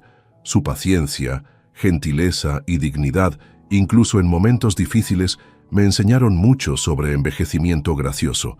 Me alegra enormemente saber que ha encontrado la familia que realmente merece. Estas palabras me recordaron que incluso durante mis peores momentos, cuando me sentía como una carga inútil, había personas que reconocían mi valor humano independientemente de mi situación física o económica. Esta tarde, mientras terminaba de revisar los contratos para nuestro próximo proyecto en Cuenca, sonó el teléfono de mi despacho. La llamada provenía de un número desconocido, pero cuando respondí, reconocí inmediatamente la voz quebrada de Nicolás. «Papá, por favor, no cuelgues. Solo necesito 5 minutos para explicarte». Colgué inmediatamente, no por crueldad, sino por autoprotección emocional. He invertido demasiado esfuerzo en reconstruir mi vida como para permitir que manipulaciones tardías comprometan la paz interior que he conseguido. Algunos podrían considerar mi actitud inflexible o rencorosa, pero yo la veo como autorrespeto necesario. Durante 74 años de mi vida, prioricé las necesidades y comodidad de otros por encima de mi propia dignidad. A los 75, finalmente he aprendido que el perdón genuino no requiere reconciliación con quienes han demostrado ser incapaces de valorar lo que se les ofrece. Esta noche, Tomás y yo cenaremos en el restaurante Los Olivos, junto con Joaquín Herrera y Mercedes Vázquez, amigos de la infancia que han enriquecido enormemente mi nueva vida social. Joaquín dirigió durante 30 años la cooperativa agrícola local, mientras Mercedes fue maestra de escuela hasta su jubilación. Nuestras conversaciones abarcan desde recuerdos compartidos de los años 50 hasta análisis de la política económica actual. Aurelio, eres la prueba viviente de que nunca es demasiado tarde para cambiar de vida, me comentó Mercedes la semana pasada durante una de nuestras tertulias vespertinas. Has transformado una traición familiar en oportunidad de crecimiento personal. Sus palabras encapsulan perfectamente la lección más importante que he extraído de esta experiencia. Las circunstancias externas pueden ser devastadoras temporalmente, pero nuestra capacidad de reinventarnos permanece intacta mientras conservemos la voluntad de luchar por nuestra dignidad. Al cerrar este relato, quiero dirigirme directamente a quienes puedan encontrarse en situaciones similares de abandono o traición familiar. El dolor que experimentamos cuando las personas que más amamos nos fallan puede parecer insuperable, pero también puede convertirse en el combustible necesario para reconstruir nuestras vidas sobre fundamentos más sólidos. No permitan que la crueldad ajena defina su valor personal. No acepten que la edad o las limitaciones físicas los conviertan en víctimas pasivas de las circunstancias. Busquen a las personas que los valoran genuinamente. Cultiven relaciones basadas en respeto mutuo Y nunca subestimen su capacidad para escribir nuevos capítulos en sus propias historias. Las consecuencias que le advertía Nicolás aquel día de enero no fueron amenazas vacías, sino profecías que se cumplieron porque él subestimó la fuerza interior de un hombre que había construido una vida entera con sus propias manos. Hoy, a los 75 años, soy más próspero, más respetado y más feliz de lo que había sido en décadas. He aprendido que la familia verdadera no siempre comparte nuestra sangre, pero siempre comparte nuestros valores. Y esa es la mejor venganza posible contra quienes apostaron por nuestro fracaso. Demostrarles que se equivocaron completamente sobre quiénes somos realmente. Mi historia termina aquí, pero mi nueva vida apenas comienza. Si te gustó esta historia, dale like al video, suscríbete al canal y comparte tus impresiones en los comentarios. Para escuchar la próxima historia, haz clic en la caja de la izquierda. Gracias por vernos. Estamos una vez más por acá, huevón. Una noche más por acá, muchachos, con ustedes. Qué bueno verlos por acá. Aplausos. No lo merecemos, no lo merecemos. Después de un día tan berraco, huevón. Después de un día tan agitado. Aquí estamos. Invictus. Me gustó esto. ¿Cómo vamos, parceros? Buenas noches, háblamelo de Ledan. ¿Todo bien o qué? ¿Cómo estás, parcerito? Háblamelo, Pirlo. Pirlo 420 en la casa. ¿Cómo va, hermano? ¿Cómo va todo? ¿Cómo va todo, mi socio? ¿Qué es lo que es? ¿Cuál es la movida, parce? Papi, está lloviendo bien rico. Es la última... Yo creo que es la última lluvia de primavera, weón. No, bueno, lluvia de primavera. De hecho, principios de lluvia de primavera. Parcero, la verdad que hoy estoy muy bien, weón. A pesar de que casi no cuento la historia hoy, weón. Papi, me parto la cabeza. Literalmente. Papi, estaba moviendo unas cosas, me caí el camión, weón, me di como una vuelta para atrás, papi. Y había una piedrota, marica.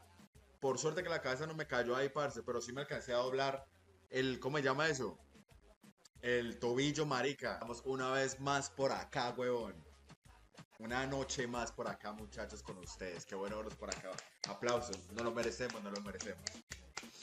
Después de un día tan berraco, weón. Después de un día tan agitado. Aquí estamos.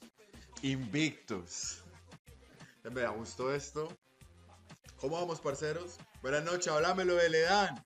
¿Todo bien o qué? ¿Cómo estás, parcerito? Háblamelo, Pirlo. Pirlo 420 en la casa. ¿Cómo va, hermano? ¿Cómo va todo? ¿Cómo va todo, mi socio? ¿Qué es lo que es? ¿Cuál es la movida, parce? Papi, está lloviendo bien rico. Es la última... Yo creo que es la última lluvia de primavera, weón. No, bueno, lluvia de primavera. De hecho, principios de lluvia de primavera. Parcero, la verdad que hoy estoy muy bien, weón. A pesar de que casi no cuento la historia hoy, weón. Papi, me parto la cabeza. Literalmente. Papi, estaba moviendo unas cosas, me caí el camión, weón, me di como una vuelta para atrás, papi. Y había una piedrota, marica. Por suerte que la cabeza no me cayó ahí, parce, pero sí me alcancé a doblar ¿cómo se llama eso? El tobillo, marica. Estamos una vez más por acá, weón. Una noche más por acá, muchachos, con ustedes. Qué bueno verlos por acá. Aplausos. No lo merecemos, no lo merecemos. Después de un día tan berraco, weón. Después de un día tan agitado. Aquí estamos. Invictus. Me gustó esto. ¿Cómo vamos, parceros? Buenas noches, háblamelo de Ledan. ¿Todo bien o qué? ¿Cómo estás, parcerito? Háblamelo, Pirlo. Pirlo 420 en la casa. ¿Cómo va, hermano? ¿Cómo va todo? ¿Cómo va todo, mi socio? ¿Qué es lo que es? ¿Cuál es la movida, parce? Papi, está lloviendo bien rico. Es la última... Yo creo que es la última lluvia de primavera, weón. No, bueno, lluvia de primavera. De hecho, principios de lluvia de primavera.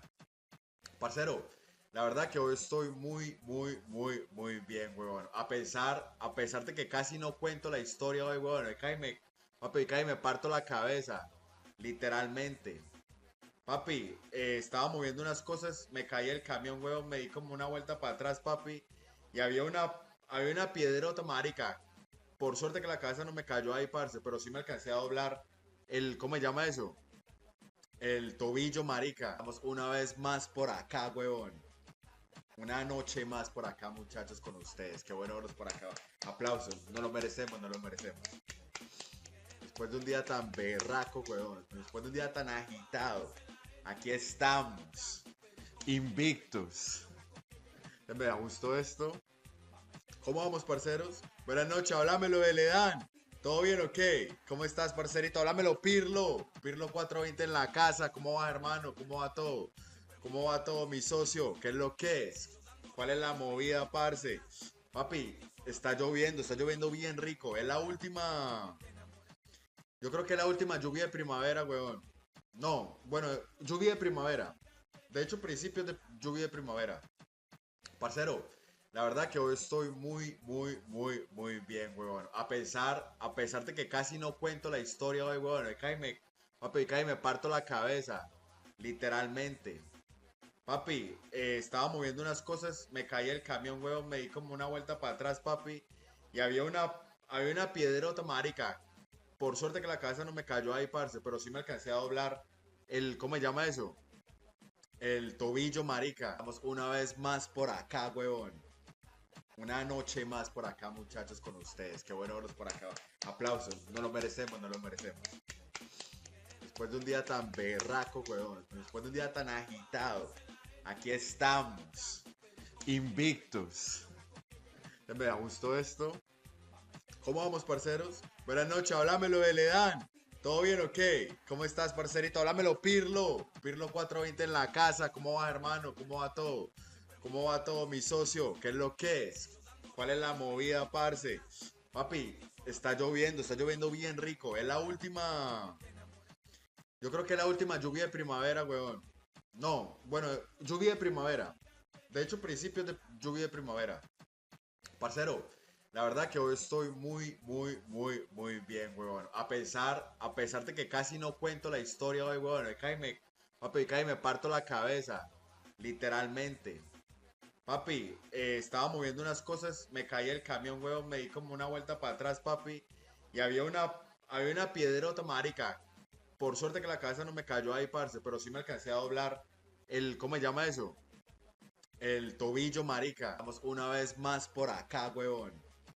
Una noche más por acá, muchachos, con ustedes. Qué bueno verlos por acá. Aplausos. No lo merecemos, no lo merecemos. Después de un día tan berraco, weón. Después de un día tan agitado. Aquí estamos. Invictus. Me da gusto esto. ¿Cómo vamos, parceros? Buenas noches, háblamelo de Ledán. ¿Todo bien o qué? ¿Cómo estás, parcerito? Háblamelo, Pirlo. Pirlo 420 en la casa. ¿Cómo va, hermano? ¿Cómo va todo? ¿Cómo va todo, mi socio? ¿Qué es lo que es? ¿Cuál es la movida, parce? Papi, está lloviendo bien rico. Es la última. Yo creo que es la última lluvia de primavera, weón. No, bueno, lluvia de primavera. De hecho, principios de lluvia de primavera. Parcero, la verdad que hoy estoy muy bien, weón. A pesar de que casi no cuento la historia hoy, weón. Papi, cae me parto la cabeza. Literalmente. Papi, estaba moviendo unas cosas, me caí el camión, weón, me di como una vuelta para atrás, papi. Y había una piedrota, marica. Por suerte que la cabeza no me cayó ahí, parce, pero sí me alcancé a doblar ¿cómo se llama eso? El tobillo, marica. Vamos una vez más por acá, weón. Una noche más por acá, muchachos, con ustedes. Qué bueno verlos por acá. Aplausos. No lo merecemos, no lo merecemos. Después de un día tan berraco, weón. Después de un día tan agitado. Aquí estamos. Invictus. Me da gusto esto. ¿Cómo vamos, parceros? Buenas noches, háblamelo de Ledán. ¿Todo bien o qué? ¿Cómo estás, parcerito? Háblamelo, Pirlo. Pirlo 420 en la casa. ¿Cómo va, hermano? ¿Cómo va todo? ¿Cómo va todo, mi socio? ¿Qué es lo que es? ¿Cuál es la movida, parce? Papi, está lloviendo bien rico. Es la última. Yo creo que es la última lluvia de primavera, weón. No, bueno, lluvia de primavera. De hecho, principios de lluvia de primavera. Parcero, la verdad que hoy estoy muy bien, weón. A pesar de que casi no cuento la historia hoy, weón. Papi, cae me parto la cabeza. Literalmente. Papi, estaba moviendo unas cosas, me caí el camión, weón, me di como una vuelta para atrás, papi. Y había una piedrota, marica. por suerte que la cabeza no me cayó ahí, parce, pero sí me alcancé a doblar ¿cómo se llama eso? El tobillo, marica. Vamos una vez más por acá, huevón. Una noche más por acá, muchachos, con ustedes. Qué bueno verlos por acá. Aplausos. No lo merecemos, no lo merecemos. Después de un día tan berraco, huevón. Después de un día tan agitado. Aquí estamos. Invictos. Me gustó esto. ¿Cómo vamos, parceros? Buenas noches, háblamelo de Ledan. ¿Todo bien o qué? ¿Cómo estás, parcerito? Háblamelo, Pirlo. Pirlo 420 en la casa. ¿Cómo va, hermano? ¿Cómo va todo? ¿Cómo va todo, mi socio? ¿Qué es lo que es? ¿Cuál es la movida, parce? Papi, está lloviendo bien rico. Es la última. Yo creo que es la última lluvia de primavera, weón. No, bueno, lluvia de primavera. De hecho, principios de lluvia de primavera. Parcero, la verdad que hoy estoy muy bien, huevón. A pesar de que casi no cuento la historia hoy, huevón. Papi, cae me parto la cabeza. Literalmente. Papi, estaba moviendo unas cosas, me caí el camión, huevón, me di como una vuelta para atrás, papi.